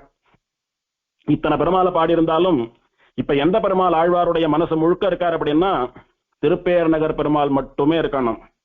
ஏன்னா எல்லா பெருமாளையும் பாடி ஆயிடுத்து, இவரை பாட வேண்டியது, பாடாம திரும்ப பாடின பெருமாளையே பாடுறதுக்குள்ள இவருக்கு ஒரு வருத்தம் வந்துடுத்து, நம்மளை பாடாம விட்டுற போறாரு என்ன. எது நம்மளை பாடாம விட்டதுக்கு காரணம், இவெல்லாம் அந்த பெருமாள் மனசுல இருந்துட்டு இருக்கா, அந்த ஞாபகம் இவரை திரும்ப வந்து அவரை பாட வைக்கிறது. அதனால திரும்ப அழகரை பாடணும்னு போனார். இப்போ அந்த பெருமாளுடைய அனுபவம் இவருக்கு மறக்கணும்னா நாம போய் இவர் மனசுல உட்காரணும். அதுவும் எப்படி உட்காரணும்? மற்ற பெருமாள் எல்லாம் கலப்பிட்டு நாம ஒருத்தரே அப்படியே படுத்துக்கணும். எப்படி திருப்பேர் நகர்ல அந்த மலைக்கு மேல பெருமாள் சன்னதி அடைச்சுண்டு அந்த பக்கம் தலையும் இந்த பக்கம் திருவடியுமா அவ்வளோ பெருசா அடைச்சுண்டு வியாபிச்சு படுத்துட்டு இருக்கானோ, அந்த மாதிரி ஆழ்வாருடைய மனசு முழுக்க நிறைஞ்சிருக்கணும். இவன் எத்தனை பெரிய திருமேனியோட படுத்துட்டா மற்றவாளுக்கெல்லாம் இடம் இருக்காதோ அந்த அளவுக்கு போய் நீட்டிண்டு நெருக்கிண்டு படுத்துக்கணும் பெருமாள். அந்த மாதிரி படுத்துட்டார். பேரே உரைகின்ற பிரான் அப்ப கொடுத்தான், இன்று வந்து பேரேன் என்று என் நெஞ்சு நிறைய புகுந்தான். இவனே சபை அடைச்சுண்டு ஆழ்வாருடைய நெஞ்ச மனசை நிறைச்சுண்டு படுத்துட்டு இருக்கான். இனிமேல் எந்த பெருமாள் நுழையறதுக்கும் இடமில்லை. ஒரு சின்ன சால கிராம பெருமாள் கூட நுழைய முடியாது. அவ்வளோ பெரிய திருமேனியோட நமக்கு எப்படி இப்ப சேவை சாதிக்கிறானோ அந்த திருமேனியோட கூட வந்து ஆழ்வார் இடத்துல படுத்துட்டான் பெருமாள். அவனுடைய திருவடிகளை இனி நான் தவற விடுவதாக இல்லை. தெரிஞ்சோ தெரியாமையோ ஒரு முறை தவற விட பார்த்தேன். இவ்வளவு அழகான என்ன நீர் பாடாம போலாமா, தவற விடலாமான்னு சொல்லி அவனே வந்து என் மனசெல்லாம் வியாபிச்சு படுத்துனுட்டான். அவனை நான் இனிமேல் ஒரு முறை தவற விடுறதா இல்லை அப்படின்னு சொல்லி அந்த 10 பாசுரங்கள் முழுக்க அவனுடைய அனுபவத்தையே பண்ணிட்டு வந்தார் ஆழ்வார். உற்றேன் உகந்து பணி செய்து உணபாதம் பெற்றேன், ஈதே இன்னம் வேண்டுவது எந்தாய், கற்றார் மறைவாணர்கள் வாழ் திருப்பேரார்க்கு அற்றார் அடியார் தமக்கு அல்லல் நில்லாவே. உற்றேன், உன் திருவடிகளில் சரணாகதி பண்ணினேன். நான் உனக்கே, உன்னை தவிர வேறு ஒருத்தருக்கும் கிடையாது அப்படின்னு என்னுடைய ஆத்மாவை அதை ரட்சிக்கக்கூடிய ஸ்வரூபத்தை பரத்தை எல்லாத்தையும் உன் திருவடிகளில் சரணாகதி பண்ணேன். இந்த அப்ப கூடத்தானுக்கே நம்மாழ்வார்னு சொல்லி என்னை கொண்டு உன்னிடத்துல சமர்ப்பித்தேன். உகந்து பணி செய்து ஆசாசையா உன்னுடைய கைங்கரியம் பண்ணினேன். இது என்ன சுவாமி, ஆழ்வார் இடத்த விட்டு நகரில் எங்க கைங்கரியம் பண்ணார் அப்படின்னா, கைங்கரியத்துல சொந்த கைங்கரியம்னு சொல்லக்கூடியது வாசிக கைங்கரியம். வாயாலே பெருமாளுக்கு வேதம் சொல்றது, வாயாலே பெருமாளுக்கு திவ்ய பிரபந்தங்களை சேவிக்கிறது, வாயால பெருமாளுடைய பிரபாவத்தை உபன்யசிக்கக்கூடிய உபன்யாசம் என்ன, வாயாலே பண்ணக்கூடியதான காலக்ஷேபம் என்ன, இந்த மாதிரி வாயாலே பண்ணக்கூடிய வாச்சிக கைங்கரியம் ரொம்ப வசந்ததுன்னு சொல்றோம். அப்படி ஆழ்வார் வாச்சிக கைங்கரியம் பண்ணியிருக்கார். 4 பிரபந்தங்களை எழுதி லேகன கைங்கரியம் லிখিত கைங்கரியம் பண்ணியிருக்கார். தெரித்தெழுதி வாசித்தும் கேட்டும் வணங்கி வழிபட்டும் பூஷித்தும் போக்கினேன் போது அப்படின்னு திருமணி செய்கிறான் சொன்னது போல ஆழ்வார் கிரந்தாவலோகனம் பண்ணி எம்பெருமான் விஷயமாக அவன் பெருமைகளை வெளியிடுகிறபடியான புஸ்தகங்களை எழுதி லேகன கைங்கரியம் பண்ணிட்டார். வாசிக கைங்கரியம் பண்ணிட்டார் தன் வாயால பாசுரம் பாடினதுனால. மானசிக கைங்கரியம்னு ஒண்ணு, காய்க கைங்கரியம்னு சொல்லக்கூடியது உடம்பால பண்ணக்கூடிய கைங்கரியம். பெருக்கிறதோ கோலமிடுறதோ மெழுகிறதோ புஷ்பம் தொடுத்து கொடுக்கறதோ நடந்து போய் பெருமாளை சேவிக்கிறதோ பிரதட்சிணம் பண்றதோ தலையை பண்றதோ தலையை எடுத்துட்டு போய் வைக்கிறதோ இப்படி உடம்பால பண்ணக்கூடிய கைங்கரியத்துக்கெல்லாம் காய்க கைங்கரியம்னு பேரு. வாயால பேசி பண்ணக்கூடிய கைங்கரியத்துக்கெல்லாம் வாசிக கைங்கரியம்னு பேரு. புஸ்தகம் எழுதுறது கட்டுரை எழுதுறது அந்த மாதிரி பண்றதுக்கெல்லாம் லிখিত கைங்கரியம் லேகன கைங்கரியம்னு பேரு. இது எதுவுமே பண்ண முடியாது சுவாமி, வயசு ரொம்ப ஆயிடுத்து, இருக்கிற இடத்துல இருந்து நகர முடியல, தூக்கினா கை வலிக்கிறது, எழுந்துட்டா கால் வலிக்கிறது, படுத்துண்டா இடுப்பு வலிக்கிறது, என்ன பண்றது? மானசிக கைங்கரியம்.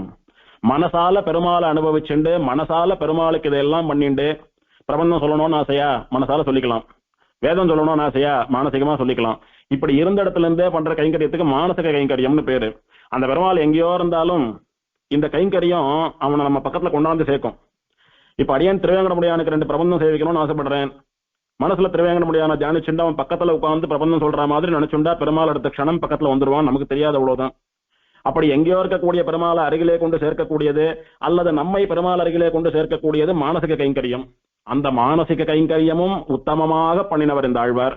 இப்படி வாசிக கைங்கரியம் லிখিত கைங்கரியம் மானசிக கைங்கரியம் இதெல்லாம் பண்ணி சரணாகத்தியம் பண்ணிவிட்டார்.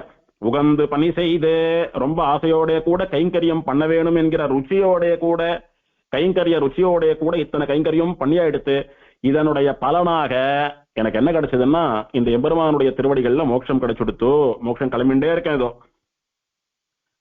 உற்றேன், சரணாகதி பண்ணிவிட்டேன், உகந்து பணி செய்து ஆசையோடு கூட கைங்கரியம் எல்லாம் பண்ணி உணபாதம் பெற்றேன். பண்ணின சரணாகத்தியினுடைய பலனாக நான் பண்ணின கைங்கரியங்களுக்கு உகந்து நீ எனக்கு மோட்சம் தரேன்னு சொல்லிட்டு இதோ மோட்சத்துக்கு அழிச்சும் போறதுக்கு காலமேகன் நின்று இருக்கான். நீ இங்கே இருந்து என்ன மோட்சத்துக்கு வழி அனுப்ப போற. அவன் வழி துணைக்கு வரப்போறான். அங்க ஸ்ரீவைகுண்டநாதன் காத்துன்னு இருக்கான். அர்ச்சிராதிகதியில நித்திய சூரிகள் முதலானவாள்லாம் காத்துன்னு இருக்கா.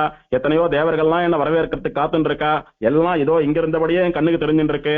இதோ கிளம்பிண்டே இருக்கேன்னா அப்படின்னு ஆழ்வாருடையதான ஸ்ரீவைகுண்ட யாத்திரை பிராரம்பமாறுது. அப்போ கடைசியா திருப்பேர் நகர் எம்பெருமான பாடினர். அதோட சூழ் விசும் பணிமுகில் தூரியம் முழக்கினன்னு அர்ச்சராதிகதி அனுபவம் ஸ்ரீவைகுண்ட அனுபவம் வந்துடு ஆழ்வாருக்கு. இப்படி ஆழ்வார் எல்லா பெருமாளையும் பாடி கடைசியில திருப்பேர் நகரானிடத்திலே இருந்து விடை கொண்டு காலமேக பெருமாள் வழி நடத்த ஆச்சரியமா அர்ச்சராதிகதியாலே ஸ்ரீவைகுண்டத்துக்கு போய் எம்பெருமானுடைய பெரிய வீடுன்னு சொல்லக்கூடிய வைகுண்டத்திலே சேர்ந்தருளினார். ஆழ்வார் பரமபதி சுட்டார். ஆழ்வார் எம்பெருமானுடைய திருவடிகளை போய் சேர்த்து விட்டார். நம்ம எல்லாம் கடை தேற்றி நமக்கெல்லாம் 4 பிரபந்தங்கள் அருளி செய்து சரணாகத்தின்னா இப்படிதான் பண்ணணும்னு பண்ணி காட்டி நமக்கெல்லாம் சரணாகதி மார்க்கத்தை உபதேசித்து அல்ப ஜீவர்களான நாமும் கூட வைகுண்டத்திலே போய் எம்பெருமானையும் பிராட்டியையும் அனுபவித்துக் கொண்டு கைங்கரியம் பண்ணக்கூடியதான வழியை நமக்கெல்லாம் காட்டி கொடுத்த சுவாமி நம்மாழ்வார் 36 வருஷங்கள் இந்த லோகத்திலே எழுந்தருளி இருந்து அவருடைய அனுபவத்தை பெறுவதற்காக ஸ்ரீவைகுண்டம் எழுந்தருளி விட்டார் ஆழ்வார். ஆழ்வார் பரம்பதி சுட்டார். இனிமேல் ஆழ்வார பூலோகத்துல சேவிக்கிறதுக்கு இல்லை. ஆழ்வார் திருநகரிக்கு போனா திருப்புலி ஆழ்வார் அடியில் ஆழ்வார் சேவிக்க முடியாது. ஆழ்வார் வைகுண்டம் போய் சேர்ந்தாச்சு. இனி என்ன பண்றது? சுவாமி மதுரகவி ஆழ்வார் ஆழ்வார் அவதாரம் பண்ணி பரமபதித்து எத்தனையோ 1000 வருஷங்கள் கழித்து வரக்கூடிய நமக்கே ஆழ்வார்னா இவ்வளவு துடிக்கிறது. அவருக்கு எப்படி இருந்திருக்கும் மதுரகவி ஆழ்வாருக்கு? மதுரகவி ஆழ்வார் அப்படியே ஸ்தம்பிச்சு போயிட்டார். நாமலானா நம்ம ஆச்சாரியன் நமக்கு பரநியாசம் பண்றார், சமாசயனம் பண்றார், மந்திரோபதேசம் காலக்ஷேபம் எல்லாம் ஆறுது. அதெல்லாம் கேட்டு நாமளும் பகவத் அனுபவம் பண்ணிட்டு இருக்கோம்.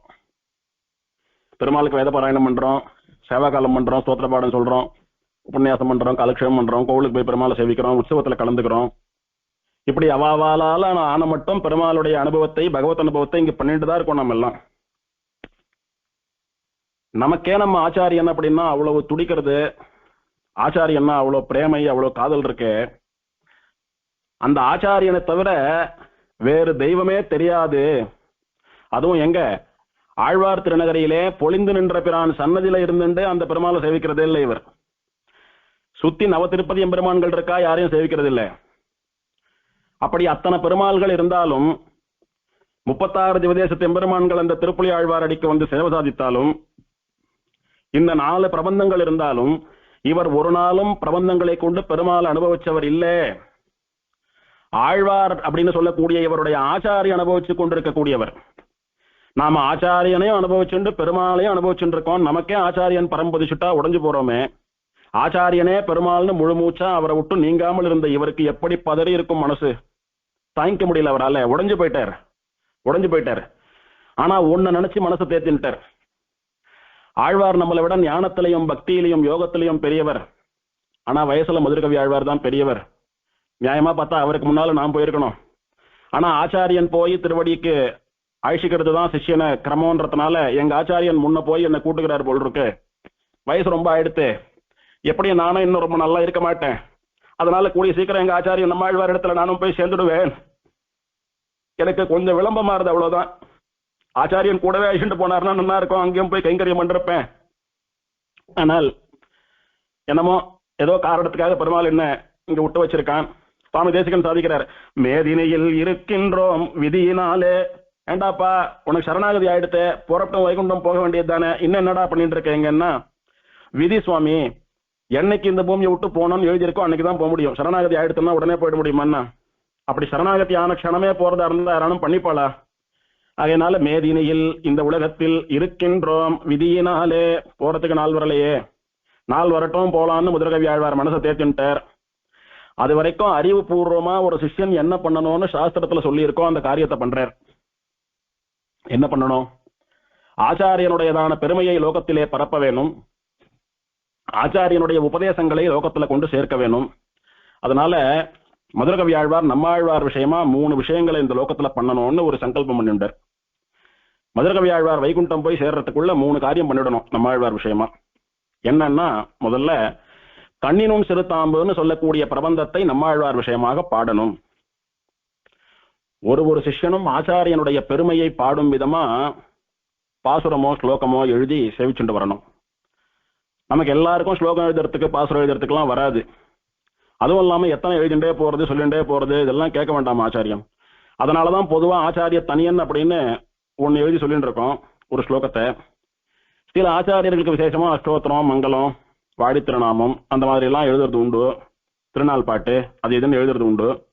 எப்படியோ ஆச்சாரியனுடைய பெருமையை சிஷ்யன் அனுதினமும் ஸ்தோத்திரம் பண்ணணும், கீர்த்தனம் பண்ணணும், தான் சொல்லணும். அந்த மாதிரி நம்மாழ்வார் 4 பிரபந்தம் பண்ணினார். அதெல்லாம் பகவான் விஷயமானது. நமக்கு நம்மாழ்வார் தான் ஆச்சாரியன், நம்மாழ்வார் தான் தெய்வம், அவர் விஷயமா ஒரு பிரபந்தம் பண்ணணும்னு சொல்லி இந்த கண்ணினுன் சிறுதாம்புன்னு சொல்லக்கூடிய 11 பாசுரங்களை ஆச்சரியமா மதுரகவி ஆழ்வார் நம்மாழ்வார் விஷயமாக பாடினார். அதுல சொன்னார்,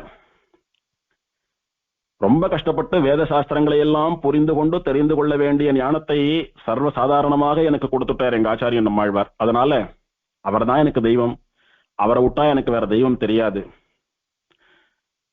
சுவாமி தேசிகன் சாதிக்கிறார் சங்கல்ப சூரியோதயத்துல, ஆச்சாரியாதிக தேவதாம் சமதிகாம் அந்யாம் ந மன்யாமகே. ஆச்சாரியனை தவிர வேறு ஒரு தேவதையை நான் உசந்த தேவதை அப்படின்னு பகுமானம் பண்ண மாட்டேன். அப்போ தெய்வத்துல எது உசந்ததுன்னா, நான் தெய்வம் தேசிகாத்பரம் அப்படின்னு தேசிகன்னு சொல்லக்கூடிய ஆச்சாரியனே உசந்த தெய்வம். பீதக வாடை பிரானார் பிரமகுருவாகி வந்து அப்படின்னு ஆச்சரியமா ஆச்சாரியன் தான் நமக்கெல்லாம் உசந்த பரதெய்வம். இங்க நம்ம எல்லாருடைய ஆச்சாரியாலும் தெய்வம் தான் சொன்னாலும் நம்மாழ்வார் எப்பேற்பட்ட வசந்த தெய்வம் அப்படின்றது நமக்கெல்லாம் சொல்லி தெரிய வேண்டாம். அந்த நம்மாழ்வார்னு சொல்லக்கூடிய தெய்வமே தனக்கு ஆச்சாரியனா கிடைச்சிருக்கிறபடினாலே அந்த நம்மாழ்வார் விஷயமா பிரபந்தம் பாடணும். முக்கியமா அந்த பிரபந்தத்துல நம்மாழ்வார் என்னென்ன உபதேசம் பண்ணினாரோ அந்த உபதேசத்தினுடைய சாரத்தை எல்லாம் கொண்டாந்துடணும். கண்ணினுன் சிறுதாம்புன்னா நம்மாழ்வார் வாழ்க, சடகோபன் வாழ்க, காரிமாறன் வாழ்க, எங்க ஆச்சாரியன் வாழ்க வளர்க அப்படின்னு சொல்லி வெறும் ஸ்தோத்திரமா இருக்கக்கூடாது. அது அவரை ஸ்தோத்திரம் பண்ணணும். அவரிடத்துல எனக்கு இருக்கக்கூடிய பக்தியை வெளிப்படுத்தணும். அவர்கிட்ட நான் பட்ட கடனை தீர்க்கும்படியா அவரை ஸ்தோத்திரம் பண்ணணும். அவருக்கு நான் பட்ட நன்றி கடனை தீர்க்கும்படியா அந்த ஸ்தோத்திரம் அமையணும். அது எல்லாத்துக்கும் மேல ஒரு ஆச்சாரியனிடத்துல சிஷ்யன் எப்படி இருக்கணும்னு சொல்லக்கூடியதான தர்மத்தை அந்த பிரபந்தம் மற்றவாளுக்கெல்லாம் போதிக்கக்கூடியதா இருக்கணும். ஒரு கண்ணினுன் சிறுதாம்பு அர்த்தத்தை ஒரு முறை வாசிச்சா சிஷ்யன் ஆச்சாரியன் கிட்ட எப்படி நடந்துக்கணும்னு நல்லா தெரிஞ்சு போயிடும் ஒருத்தனுக்கு. அந்த குரு சிஷ்ய பாவத்தை, குரு பக்தியை காட்டி தரணும். இது எல்லாத்துக்கும் மேல ஆச்சாரியனுடைய உபதேசங்கள்ல இருக்கக்கூடிய முக்கியமான சாரத்தை கொண்டாந்து இதுல வைக்கணும்.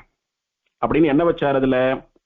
நான்முகனை படைத்த நாராயணனே பரம்பொருள், பிராட்டியோடு பிரியாமல் இருக்கக்கூடிய ஸ்ரீமன் நாராயணனே பரதத்துவம் அப்படின்னு எம்பெருமான் ஸ்ரீமன் நாராயணன் தான் பரம்பொருள் அப்படின்னு காட்டியாயிடுச்சு. உன்னால் அல்லால் யாவராலும் ஒன்றும் குறை வேண்டேன் அப்படின்னு நம்மாழ்வார் அமுதன் கிட்ட சாதிச்சார். அதாவது இவன் தான் எனக்கு கதின்னு தெரிஞ்சுடுத்து, இவனை சரணாகத்தியும் பண்ணிவிட்டேன், இனிமேல் எனக்கு எதுனாலும் இவன் தான் பாத்துக்கணும், இவனை தவிர என்ன ரட்சிக்கிறவா யாரும் கிடையாது, இவனை தவிர யாரும் என்ன ரட்சிக்கவும் முடியாது, இவன் இருக்கிறச்ச என்னை யாரும் ஒன்னும் பண்ணிடவும் முடியாது, அப்படி வேற யாரானாதான் எனக்கு ஏதானும் பண்ணணும்னா அது எனக்கு வேண்டவும் வேண்டாம், இவனே எனக்கு பர்த்தா, நான் இவன் ஒருத்தனுக்கே பத்னி, அதனால உன்னால் அல்லால் யாவராலும் ஒன்றும் குறை வேண்டேன். அப்பா உன்னால எனக்கு எந்த குறையும் கிடையாது, அப்படியே குறை இருந்தாலும் உன்னால பண்ண முடிஞ்சா பண்ணா போறோம், வேற யாரும் பண்ண வேண்டாம், இவனால பண்ண முடியாததுன்னு ஒண்ணு உண்டோ? இருந்தாலும் அந்த வார்த்தை ஏன் சொல்றாரு அப்படின்னா, இவனுக்கு அற்று தீர்ந்தவர், இவனுக்காக வாழக்கூடியவர் அப்படின்னு சொல்லக்கூடியது மட்டுமே அவருக்கு அந்த எண்ணம் ஒன்றே போரும். இது இல்ல அது இல்லைன்னு குறப்பட்டுக்கிற சுபாவம் இல்லை ஆழ்வார். அவனை சேர்ந்தவன் அப்படின்ற அந்த உணர்வே போரும். உன்னால் அல்லால் யாவராலும் ஒன்றும் குறை வேண்டேன் அப்படின்னு எல்லாம் சொன்னார் அவர் நம்மாழ்வார் பெருமாள் விஷயமா. அதே மாதிரி மதுரகவி ஆழ்வாருடைய வார்த்தை பிரயோகத்தை பாருங்க. நான்முகனை படைத்த ஸ்ரீமன் நாராயணனே பரதெய்வம், பிராட்டியை பிரியாத நாராயணனே பரதெய்வம், அவனே அவனை அடையறதுக்கு வழி, அவனை தவிர யாரும் எனக்கு ஒன்றும் பண்ணவும் முடியாது, பண்ணவும் வேண்டாம் அப்படின்னு எங்க ஆச்சாரியன் நம்மாழ்வார் சொன்னார். அதே மாதிரி இப்ப நான் என்ன சொல்றேன் தெரியுமா? நம்மாழ்வாரை தவிர வேறு தெய்வம் இல்லை, நான் நம்மாழ்வாருக்கே அடிமை, என்னுடைய ஆத்மாவை ரட்சிக்கக்கூடிய பொறுப்பு நம்மாழ்வாருடையது, நம்மாழ்வார் திருவடிகளில் கைங்கரியம் பண்ணக்கூடியதையே நான் விரும்புகிறேன் அப்படின்னு எங்க ஆச்சாரியன் பெருமாள் விஷயமா என்னென்ன சொன்னாரோ அதெல்லாம் நான் எங்க ஆழ்வார் விஷயமா சொல்லிடுறேன், எங்க ஆச்சாரியன் விஷயமா சொல்லிட்டேன். இப்ப ரெண்டு காரியம் ஆயிடுத்து. ஆழ்வார் தான் இவருக்கு தெய்வம்னு நிரூபிச்சுட்டார். ஆழ்வார் பெருமாள் இடத்துல எப்படிலாம் அனுபவிச்சார் அப்படின்னு அவருடைய பாசுரங்களினுடைய சாரமான உபதேசத்தையும் சொல்லி எடுத்தீங்க. ஆழ்வார் பெருமாளை சரணாகதி பண்ணது போல மதுர கவிகள் நம்மாழ்வாரை சரணாகதி பண்ணிட்டார். அதை எப்படி சொல்றார்? கண்ணினுன் சிறுத்தாம்பினால் கட்டுண்ண பண்ணிய பெருமாயன் என்னப்பனில் நன்னி தென்குருகூர் நம்பி என்ற கால் அன்னிக்கும் அமுதூரும் என்மாவுக்கே. இதுல ஒரு விஷயம் என்னன்னா, நம்மாழ்வார் நெடுமார்க்கடிமை பையிலும் சுடரொளி மூர்த்தி இந்த பதிகத்துல எல்லாம் சாதிச்ச விஷயம், பகவத் பக்தின்னு சொல்லக்கூடியது பகவானிடத்திலே பக்தி பண்ணுவது மட்டும் இல்ல, அதோட நிக்கல, அது பாகவத சேஷத்துவ பரியந்தம் போகணும். எப்படி பகவானிடத்துல பக்தியோட பகவானுக்கு கைங்கரியம் பண்றோமோ அந்த மாதிரி பகவானுடைய மெய்யடியார்களா மறந்தும் புறந்தொழா மாந்தர்களா இருக்கக்கூடிய பாகவதோத்தமர்கள் விஷயத்திலும் பக்தி ஏற்பட்டு அவளுக்கு தொண்டு பண்ணணும், கைங்கரியம் பண்ணணும், சுசுரூஷ பண்ணணும், சேவை பண்ணணும் அப்படின்னு சொல்லக்கூடிய நிலைமை வரைக்கும் ஒருத்தன் வந்தான்னா தான் அவன் நிஜமான ஸ்ரீ வைஷ்ணவன். அதனால பகவத் பக்தின்னு சொல்லக்கூடியது பாகவத பக்தி அளவுக்கு போகணும் அப்படின்னு பயிலும் சுடரொளி நெடுமார்க்கடிமை ரெண்டு பதிகத்துல ஆச்சாரியனான நம்மாழ்வார் உபதேசித்தார். அதை அப்படியே நடத்தி காட்டுறார் சிஷ்யரான மதுரகவிகள். நம்மாழ்வார் யாரு? பகவானுடைய அடிமையா பாகவதரா இருக்கக்கூடியவர். பாகவதால வசந்த பாகவதான் யார சொல்றோம்? ஆச்சாரியால சொல்றோம். அவர் பகவானுடைய பரம உத்தமமான பாகவதர். மதுரகவி ஆழ்வாருக்கு ஆச்சாரியன் வேற. இப்படி ஆச்சாரிய கோஷ்டியில அக்ரஸ்தானம் வகிக்கக்கூடிய நம்மாழ்வார், ஆழ்வார்கள் கோஷ்டியிலே அக்ரஸ்தானம் வகிக்கக்கூடிய நம்மாழ்வார், இவருக்கு சாட்சாத் ஆச்சாரியான நம்மாழ்வார் அவர் விஷயமா இந்த 11 பாசுரங்களை பாடி பிரபந்தம் பாடி அனுபவிக்கிறது ஆராதிக்கிறதுன்றது பெருமாளோட நின்னா போராது, பாகவதால் விஷயமாகவும் இருக்கணும். மற்ற ஆழ்வார்கள்லாம் பெருமாள் விஷயமா பிரபந்தத்தை பாடினா நான் ஆழ்வார் விஷயமா ஆச்சாரியன் விஷயமா பாடுறேன் அப்படின்னு தன் ஆச்சாரியன் உபதேசித்ததான பாகவத சேஷத்துவம், பாகவத கைங்கரியம், பாகவத புருஷகாரம் அப்படின்னு சொல்லக்கூடியதான அந்த வசந்த தர்மத்தை தான் அனுஷ்டித்து காட்டினார். இப்படி ஆச்சாரியன் உபதேசம் பண்ணதையெல்லாம் சிஷ்யர்கள் அனுஷ்டிக்க கூடியவர்களா இருக்கணும். ஒரு சுவாமிக்கு யார் ரொம்ப நெருங்கின சிஷ்யன், யார் ரொம்ப பிடிச்ச சிஷ்யன் அப்படின்னா, எந்த சிஷ்யன் அந்த சுவாமி சொல்லக்கூடிய விஷயங்களை எல்லாம் வாழ்க்கையில கடைபிடிக்கிறானோ, கடைபிடித்து இப்படிதான் ஆச்சாரியன் சொன்ன விஷயத்தை நடத்தி காட்டணும் அப்படின்னு மற்றவாளுக்கு அவன் ரோல் மாடலா இருக்கானோ அவன் தான் வசந்த சிஷ்யன்.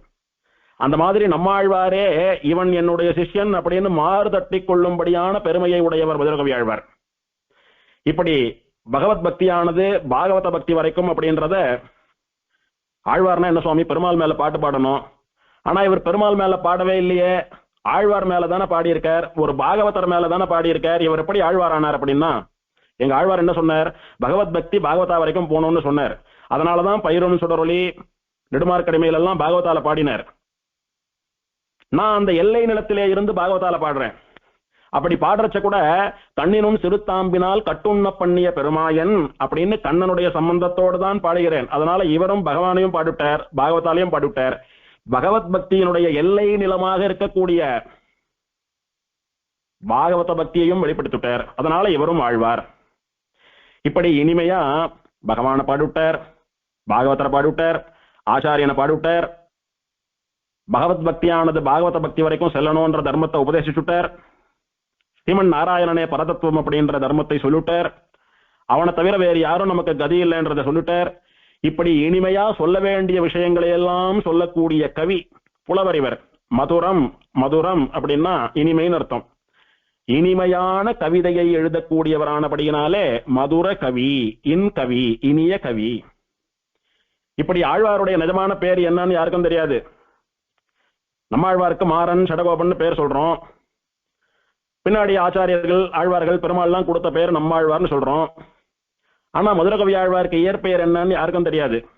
அவர் மதுரமா இனிமையா கவிதை எழுதக்கூடியவர், அதனால மதுரகவின்னு பேரு.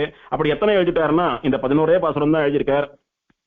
இந்த 11 பாசுரத்துக்கு மேல எழுதுறதுக்கு விஷயமே இல்லைன்னு சொல்லும்படியா வேதத்தினுடைய சாரமாக இது எழுதியிருக்காரு. அப்படின்னா அத்தனை மதுரமான கவி மதுரகவி. இதுல என்ன சொல்றார்? உடம்புல அப்படி உருத்துறா மாதிரி கயிறை போட்டு உரலோட யசோத பிராட்டி கண்ணனை கட்டி போட்டா. சர்வ சுவாமியா இருந்தாலும் கண்ணன் என்ன பண்ணினான்? அவளுடைய பக்திக்கு கட்டுப்பட்டு நின்னான். அதை நினைச்சுக்கிறச்சே எங்க ஆழ்வார் அப்படி உருகி 3-6 மாசம் மயக்கம் போட்டு விழுந்து மூர்ச்சை நிலைக்கு போயிட்டார். இப்படி கண்ணனுடைய பேரை சொன்னா, கண்ணனுடைய சரித்திரத்தை நினைச்சுட்டா கண்ணன் காலத்துக்கே போய் கண்ணனுடைய லோகத்துக்கே போகக்கூடிய எங்க ஆழ்வார். அந்த கண்ணன் விஷயமா எங்க ஆழ்வார் எப்படி ஆனாரோ அந்த மாதிரி ஆழ்வார் விஷயமா நான் ஆயின்றிருக்கேன். இப்போ கண்ணன்னு சொன்னா எப்படி அவர் 3-6 மாதம் மோகித்து கிடக்கிறாரோ அந்த மாதிரி நம்ம ஆழ்வார்னு சொன்னா எனக்கு மூர்ச்சை ஆயிடுறது. அவருக்கு எப்படி உண்ணும் சோறும் பருகும் நீரும் தின்னும் மெத்தலையும் எல்லாம் கண்ணனோ அந்த மாதிரி எனக்கு எல்லாம் நம்ம ஆழ்வார்ன்ற பேர் தான். அதனால கண்ணன் விஷயமா அவர் என்னெல்லாம் அனுபவிச்சாரோ அதெல்லாம் நான் அவர் விஷயமா அனுபவிச்சுட்டு இருக்கேன் அப்படின்னு சொல்லி கிருஷ்ண திருஷ்ணா தத்துவம் அப்படின்னு நம்மாழ்வார சொன்னா, நம்மாழ்வார் திருஷ்ணா தத்துவம் அப்படின்னு மதுர கவிகளை சொல்லணும் போல நம்மாழ்வாரே தெய்வம் அப்படின்னு வாழ்ந்துட்டு இருக்கார் மதுர கவி ஆழ்வார். இத சுவாமி தேசிகன் ஆச்சரியமா சொன்னார். இந்த கண்ணினும் சிறுத்தாம்பினால்னு ஆழ்வார் சொல்றதுக்கு என்ன காரணம்னா, மதுர கவி ஆழ்வார் சொல்றதுக்கு 2 காரணம். ஒன்னும் யசோத பிராட்டி கண்ணினும் சிறுத்தாம்பை கொண்டு கட்டின போது அவரிடத்திலே கட்டுண்டு நின்ன கண்ணன் அப்படின்னு நினைச்செண்ட மாத்திரத்துல கண்ணனுடைய எளிமையை நினைச்சு ஆழ்வார் மயக்கம் போட்டு விழுந்துட்டார். அத்தனை கிருஷ்ண பக்தின்னு சொல்ல வந்தார், அது ஒண்ணும். அந்த மாதிரி நான் ஆழ்வார்னு சொன்னா நான் உருகிறேன்னு சொல்ல வந்தார், அது ஒண்ணும். 2வது, மதுர கவி ஆழ்வார் துவாபர யுகத்தினுடைய கடைசியில் அவதாரம் பண்ணவர். நம்ம ஆழ்வார் களி தொடங்கி 43ஆம் நாள் அவதாரம் பண்ணவர். கிருஷ்ணாவதார காலத்துல மதுர கவி ஆழ்வார் பிறந்துட்டார். அவ்வளவு தூரம் அயோத்தியா வரைக்கும் போயிருந்தார் ஆழ்வார். அதுக்கும் கொஞ்சம் முன்னால துவாரகைக்கு போயிருந்தார். ஆனா கண்ணனை நேர சேவிச்சு சரணாகதி பண்ணி கண்ணனுடைய வைகுண்டம் போயிருக்கலாம். ஆனா பெருமாள் துவாரகைக்கு இவரை போக விடல. அன்னைக்கு வடதேச யாத்திரை போனோம், அயோத்தியா மதுரா மாயா காசி காஞ்சி ஹவந்திகா அப்படின்னு துவாரவதி செய்வான்னு துவாரகைக்கு போய் கண்ணனை ஆசிரியச்சிருந்தா கண்ணனுடைய வைகுண்டம் போயிருப்பார் என்னைக்கோ மதுர கவி ஆழ்வார். அப்படி போயிருந்தா நமக்கு என்ன லாபம்? அதனாலே கண்ணினும் சிறுத்தாம்பு எப்படி கிடைச்சிருக்கும்? நம்மாழ்வாருடைய 4 பிரபந்தங்களை யார் பட்டோல பண்ணி இந்த உலகத்துல பரப்பியிருப்பா? ஆழ்வார் திருநகரில நம்மாழ்வாருடையதான விக்கிரகம் எப்படி வந்திருக்கும்? ஆழ்வாருடைய பிரபந்தங்களை பெருமாள் முன்னாடி சேவிக்கக்கூடிய உற்சவம் எல்லாம் எப்படி நடந்திருக்கும்? ஆச்சாரியனை சரணாகதி பண்ணா மோட்சம்னு சொல்லக்கூடிய நாம எல்லாரும் இன்னைக்கு கடைபிடிச்சுட்டு இருக்கிற மார்க்கம் எப்படி நமக்கு தெரிஞ்சிருக்கும்? அதனால பெருமாள் உஷாரா என்ன பண்ணினா, வைத்தமாநிதி பெருமாள் கண்ணம் புறப்பட்டு வைகுண்டம் போற வரைக்கும் ஆழ்வார வடதேசம் பக்கம் போக விடாம பார்த்துட்டான். அது வரைக்கும் தானே வச்சுட்டு இருந்தான். கண்ணன் அங்க இருக்கான் துவாரகையில. அந்த சமயம் ஆழ்வார் இங்க திருக்கோளூர்ல அவதாரம் பண்ணி பிறந்து வளர்ந்துட்டு இருக்காரு. இவ்வளவு பெரிய ஆழ்வாரா பாட்டெல்லாம் பாடி கைங்கரியெல்லாம் பண்ணி தபசெல்லாம் பண்றவர் ஒரு க்ஷணம் அப்படி காலாறு நடந்து போய் அங்க துவாரகைக்கு போயிருந்தா அப்பயே மோட்சம் போயிருக்கலாமோ இல்லையோ? அவர் ஒருத்தர் மோட்சம் போறது பெரிய விஷயம் இல்ல, ஒரு பெரிய சம்பிரதாயத்தை வழிகாட்டி அனுப்பி வைக்கணும். அதனால சர்வ ஜாக்கிரதையா மதுர கவி ஆழ்வார துவாரகைக்கு போய் கண்ணனை சேவிக்கூடாதபடி பண்ணிட்டான் பெருமாள். அதுதான் சொல்றார் சுவாமி தேசிகன். மாயன் நிற்க அல்லது ஆயன் நிற்க அருமறைகள் தமிழ் செய்தான் தாலே கொண்டு துன்பற்ற மதுர கவி தோன்ற காட்டும் தொல்வழியே நல்வழிகள் துணிவார்கட்கே. சுவாமி மோட்சம் தரக்கூடிய தெய்வம் கண்ணன் அங்க இருக்கான் துவாரகையில. அங்க போனா உடனே மோட்சத்துக்கு போயிடலாமா? இருந்தாலும் ஆச்சாரியனை சரணாகதி பண்ணி மோட்சம் போகக்கூடியதே உத்தமமான வேத மார்க்கம் அப்படின்றத காட்டுறதுக்காகவே கண்ணன் சொல்லக்கூடிய தெய்வம் அங்க இருந்தாலும் இருக்கட்டும், பரவாயில்ல. கண்ணன் ஏன் சுவாமி அவதாரம் பண்ணா? நம்மளை எல்லாம் அழிச்சுட்டு போறதுக்கு தானே வந்தான். அப்ப இவரையும் அழிச்சுட்டு போறதுக்கு தானே வந்திருக்கான். இவர் அங்க போனா கையோட அழிச்சுட்டு போயிருப்பானோ இல்லையோ? இருந்தாலும் ஆச்சாரியனை ஆசிரியச்சுதான் மோட்சத்துக்கு போகணும்னு சொல்லக்கூடிய வசந்த மார்க்கத்தை லோகத்துல வெளியிடணும்ன்றதுக்காக மதுர கவி ஆழ்வார் கண்ணனை ஆசிரியத்து போகாமல் நம்மாழ்வாருடைய அவதாரம் வரைக்கும் காத்து கொண்டிருந்தார் அப்படின்னு சுவாமி தேசிகன் சாதித்தார். இதையேதான் மதுர கவிகளும் சாதிக்கிறார். அந்த கண்ணன் இருக்கிறச்சேயே கண்ணனை விட்டுட்டோ, கண்ணன்னா உருகக்கூடிய எங்க ஆழ்வார் இடத்துல நான் ஆசிரியச்சேன், அந்த மாதிரி ஆச்சாரியால் தான் உங்களுக்கு எல்லாம் கதின்னு சொல்லி அந்த வசந்த சம்பிரதாயத்தை காட்டி கொடுத்தார். இப்படி கண்ணினும் சிறுத்தாமுன்ற பிரபந்தத்தை பாடி நமக்கெல்லாம் ஆச்சாரிய சரணாகதியை காட்டி கொடுத்ததுன்றது ஒரு காரியம் மதுர கவி ஆழ்வார் பண்ணது. 2வது காரியம், நம்மாழ்வார் பரம்பரிச்சுட்டார். இனிமேல் நம்மாழ்வாரை எப்படி அனுபவிக்கிறதுன்னா, அவருடைய ஞாபகமா ஒரு விக்கிரகத்தை பிரதிஷ்டை பண்ணி ஆகம சாஸ்திரப்படி நம்மாழ்வார் அதுல பிரதிஷ்டை பண்ணி அவருக்கு திருவாராதனம் தலிகம் செயல்லாம் பண்ணிட்டு உற்சவங்கள்லாம் பண்ணிட்டு வந்தா நம்மாழ்வார் நமக்கு கூட இருக்கும்படியான ஒரு அனுபவம் ஏற்படும். அதனால ஆழ்வாருக்கு அர்ச்சா விக்கிரக பிரதிஷ்டை பண்ணணும்னு நினைச்சார். ஆழ்வார் எழுந்தருளி இருந்த திருப்புலி ஆழ்வார் அடியில போய் ஆழ்வார தியானம் பண்ணிட்டு ஆழ்வாருடைய விக்கிரகம் பிராப்தமானோன்னு தாமிரபரணி நதிக்கரைக்கு போனார். அங்க இருக்கக்கூடிய தாமிரபரணி நதி தீர்த்தத்தை எடுத்து காய்ச்சினர். அதுல இருந்து ஆழ்வார் விக்கிரகம் வரணும்னு பிரார்த்திச்சுட்டார். ஆழ்வார் யோகத்துல அப்படியே ஆட்டோன்னு அனுகிரகிச்சார். அந்த தீர்த்தத்தை காய்ச்சினா அதுல இருந்து வந்தது சன்னியாசியா கையில திருதண்டத்தை வச்சுட்டு இருக்கிற ஒரு விக்கிரகம். மதுர கவிகள் ஆழ்வார் தியானம் பண்ணிவிட்டார். சுவாமி இதை பார்த்தா உங்களாட்டம் தெரியலையே, ஏதோ சன்னியாசி போல இருக்கே அப்படின்னா, ஆமாம் இவர் பவிஷ்யத் ஆச்சாரியன், அதாவது வருங்காலத்திலே வரப்போகிற ஆச்சாரியன். இவர் என்ன மாதிரி நிறைய பேரை வைகுண்டத்துக்கு அனுப்ப போறார். அதனால இந்த விக்கிரகத்தையும் வைத்து ஆராதனம் பண்ணி கொண்டு வாருங்கோள் அப்படின்னு சொன்னார். அது யாருன்னா, இப்ப நம்மாழ்வார் சன்னதி ஆழ்வார் திருநகரில் இருக்க அந்த பெரிய கோயிலுக்கு பின்னால இருக்கக்கூடிய வீதி ராமானுஜ சதுர்வேதி மங்கலம்னு பேர் அந்த இடத்துக்கு. அங்க பவிஷ்யதாச்சாரியன் சன்னதின்னு உண்டு. அப்படி மதுரகவி ஆழ்வார் தாமிரபரணி தீர்த்தத்தை காய்ச்சின போது அதுல இருந்து வந்த ராமானுஜர் விக்கிரகம், வருங்கால ஆச்சாரியன்னு சொல்லக்கூடிய பவிஷ்யதாச்சாரிய விக்கிரகம் அங்க எழுதிருக்கார். அவர் முதல்ல வந்தார். சரி சுவாமி, நீங்க சொன்னபடி அவர் ஆராதனை பண்ணிட்டு வரேன், தேவரையருடைய விக்கிரகம் வேணுமே அப்படின்னு கேட்ட போது திரும்பவும் காய்ச்சினார். திரும்பவும் காய்ச்சினா அதுல இருந்து வந்ததுதான் இப்ப நம்ம ஆழ்வார் திருநகரில் சேவிச்சுட்டு இருக்கக்கூடிய உற்சவ விக்கிரகம். இப்படி தாமிரபரணி தீர்த்தத்துல இருந்து விக்கிரகம் வந்துடுத்து. அது எப்படி சுவாமி, தண்ணி காய்ச்சினா செலவு வருமா? நான் காய்ச்சறேன், வருதா பார்க்கலாம் அப்படின்னா, தாமிரபரணின்னு ஏன் பேர் அப்படின்னா, அந்த தீர்த்தத்துல நிறைய தாமிர துகள்கள், காப்பர் பார்ட்டிகல்ஸ் நிறைய இருக்கும். இன்னைக்கும் ஆராய்ச்சி பண்ணி பார்த்தா ரேரா நிறைய காப்பர் பார்ட்டிகல்ஸ் கிடைக்கும். ஆழ்வார்கள் விசேஷ சக்தி படைச்சவா. இவ ஒரு காப்பர் விக்கிரகம் பண்ணணும்னு சங்கல்பிச்சுட்டு பண்றச்ச இருக்கிற மொத்த காப்பர் பார்ட்டிகல்ஸும் அந்த தீர்த்த குடத்துல அது உருகி அப்படியே மோல்ட் ஆகி விக்கிரகமா வருது. அது ஆழ்வார்களுடையதான சக்தி. அப்பேற்பட்ட வைகுண்டம், அப்பேற்பட்ட பெருமாளே ஆழ்வார்களுக்கு வசப்பட்டுட்டான். இந்த சாதாரணமா இந்த கெமிக்கல் டெக்னாலஜி, இந்த விக்கிரகம் பண்றது இதெல்லாம் வராது போடுமா ஆழ்வாருக்கு? வரணும்னா வந்துடுத்து, விக்கிரகம் பண்ணி எடுத்து. இப்படி நம்ம ஆழ்வார் ஆகம முறைப்படி அர்ச்சகால கொண்டு பிரதிஷ்டை பண்ணி ஆழ்வார் திருநகரியில ஆதிநாதன் சன்னதியிலே ஆழ்வார் எங்க எழுந்தருள் இருந்தாரோ அந்த திருப்புலி ஆழ்வார் அடியில் ஆழ்வாரை பிரதிஷ்டை பண்ணி அவருக்கு திருவாராதனங்கள்லாம் பண்ணிட்டு வந்தார். நித்யோத்சவம், மாசோத்சவம், பக்ஷோத்சவம், சம்வத்சரோத்சவம்னு சொல்லக்கூடிய எல்லா விதமான உற்சவங்களையும் பண்ணார். நித்தியம் ஆழ்வாருக்கு பெருமாளை போல திருவாராதனம், நித்தியம் தலிகம்ச, நித்தியம் திருமஞ்சனம், மாசத்துக்கு மாசம் ஆழ்வாருடைய திருநட்சத்திரமான விசாகத்தன்னைக்கு ஆழ்வாருக்கு விசேஷ உற்சவம், விசேஷமா ஆழ்வாருக்கு அவதார உற்சவம், அருளிச்செயல் உற்சவம், இந்த மாதிரி எல்லா உற்சவங்களையும் பெருமாளுக்கு சமானமா எல்லா உற்சவங்களையும் பண்ணிட்டு வந்தார் மதுரகவி ஆழ்வார். அதுல நம்மாழ்வார் இந்த உலகத்திலே காரி உடையனங்கையினுடைய குமாரராக அவதாரம் பண்ணினது வைகாசி விசாகம். அதனால வைகாசி மாசம் 10 நாள் ஆழ்வாருக்கு அவதார உற்சவம் ஆழ்வார் திருநகரிலே. ஆழ்வார் பரம்பதிச்சா விட்டு மதுரகவி ஆழ்வார் தாமிரபரணி தீர்த்தத்தை காய்ச்சின போது ஆழ்வார் விக்கிரகம் வந்ததே, ஆழ்வாருடைய அர்ச்சாவதாரம் ஆச்சே, அந்த நாள் மாசி விசாகம். அதனால மாசி விசாகத்துக்கு 10 நாள் அர்ச்சாதின உற்சவம்னு 2 அவதார உற்சவம் ஆழ்வாருக்கு. ஒன்னு விபவாவதார உற்சவம், இன்னொன்னு அர்ச்சாவதார உற்சவம். ரெண்டுமே அவதாரம் தான். ஆகையினால இப்படி பெருமாளுக்கு சமானமா எல்லா உற்சவங்களையும் பண்ணிட்டு வந்தார். ஆச்சாரிய பக்தி தலையெடுத்து ஆத்மகுண பூர்ணராக மதுரகவி ஆழ்வார் எழுந்தருளி கொண்டிருந்தார். இப்படி எல்லாம் பண்ணிட்டு நம்மாழ்வார தோல்ல ஏல பண்ணிட்டு வழியார நம்மாழ்வார் விக்கிரகத்தை பெருமாளாட்டமே உற்சவம் பண்ணிட்டு ஏல பண்ணிட்டு போறார். எல்லா ஸ்ரீ வைஷ்ணவாலும் பெருமாள் வந்தா ஆரத்தி கொடுக்கறது போல உபச்சாரம் எல்லாம் வைத்து, தாம்பூலம் எல்லாம் வைத்து, கற்பூர ஆரத்தி எல்லாம் பண்ணி நம்மாழ்வாரை வரவேற்கிறார்.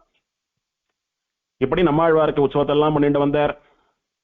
பண்ணிட்டு நம்மாழ்வாரை எழுந்தருளை பண்ணிட்டு வரச்ச பெரிய ராஜாக்கள்லாம் வந்தா கட்டியம் சொல்றது போல கட்டியங்கள் சொல்லிட்டு வர்றார். வேதம் தமிழ் செய்த பெருமாள் வந்தார், திருவாய்மொழி பெருமாள் வந்தார், திருநகரி பெருமாள் வந்தார். திருநகரின்றது ஸ்தல புராணத்துல இந்த திவதேசத்துக்கு சொல்லப்பட்ட பெயர். ஸ்ரீநகரின்னு பேரு. ஸ்ரீக்கு தமிழ்ல திருன்னு பேரு, ஸ்ரீநகரி திருநகரின்னு ஆயிடுத்து. ஆழ்வார் அவதாரம் பண்ணதுக்கு அப்புறம் ஆழ்வார் திருநகரின்னு பேரு. ஆழ்வார் காலத்துல திருநகரின்னு பேரு. அதனால திருநகரி பெருமாள் வந்தார், திருவழுதி வளநாடர் வந்தார், திருக்குறுகூர் நம்பி வந்தார், தாரிமாறன் வந்தார், கடகோபன் வந்தார், பராங்குஷன் வந்தார் அப்படின்னு பல விருதங்களை சொல்லிக்கொண்டு ஆழ்வாருடைய திருமேனியை தாமிரபரணி சுத்தி இருக்கக்கூடிய எல்லா கிராமங்களுக்கும் ஏல பண்ணிட்டு போய் உற்சவம் பண்றார். அப்படியே மதுரை வரைக்கும் போயிட்டார். மதுரையில ஆழ்வார் விஷயமா இந்த விருதங்களை எல்லாம் சொல்லிட்டு போறச்ச அந்த தமிழ்ச்சங்கத்து புலவர்கள்லாம் ஒன்னா சேர்ந்துட்டு மதுரை வீதியில ஆழ்வாருடையதான புறப்பாட்டை நிறுத்தி வேதம் தமிழ் செய்த மாறன் வந்தார், வேதம் தமிழ் செய்த பெருமாள் வந்தார் அப்படின்னு தெரியாம தமிழ்ன்ற வார்த்தையை பயன்படுத்திட்டீங்க. வேதத்தினுடைய சாரமா நிறைய தமிழ் நூல்கள்லாம் நிறைய பேர் இதுக்கு முன்னாடியே பண்ணியிருக்கா. இவர் தான் முதல்ல பண்ணாருன்னு அர்த்தம் இல்ல.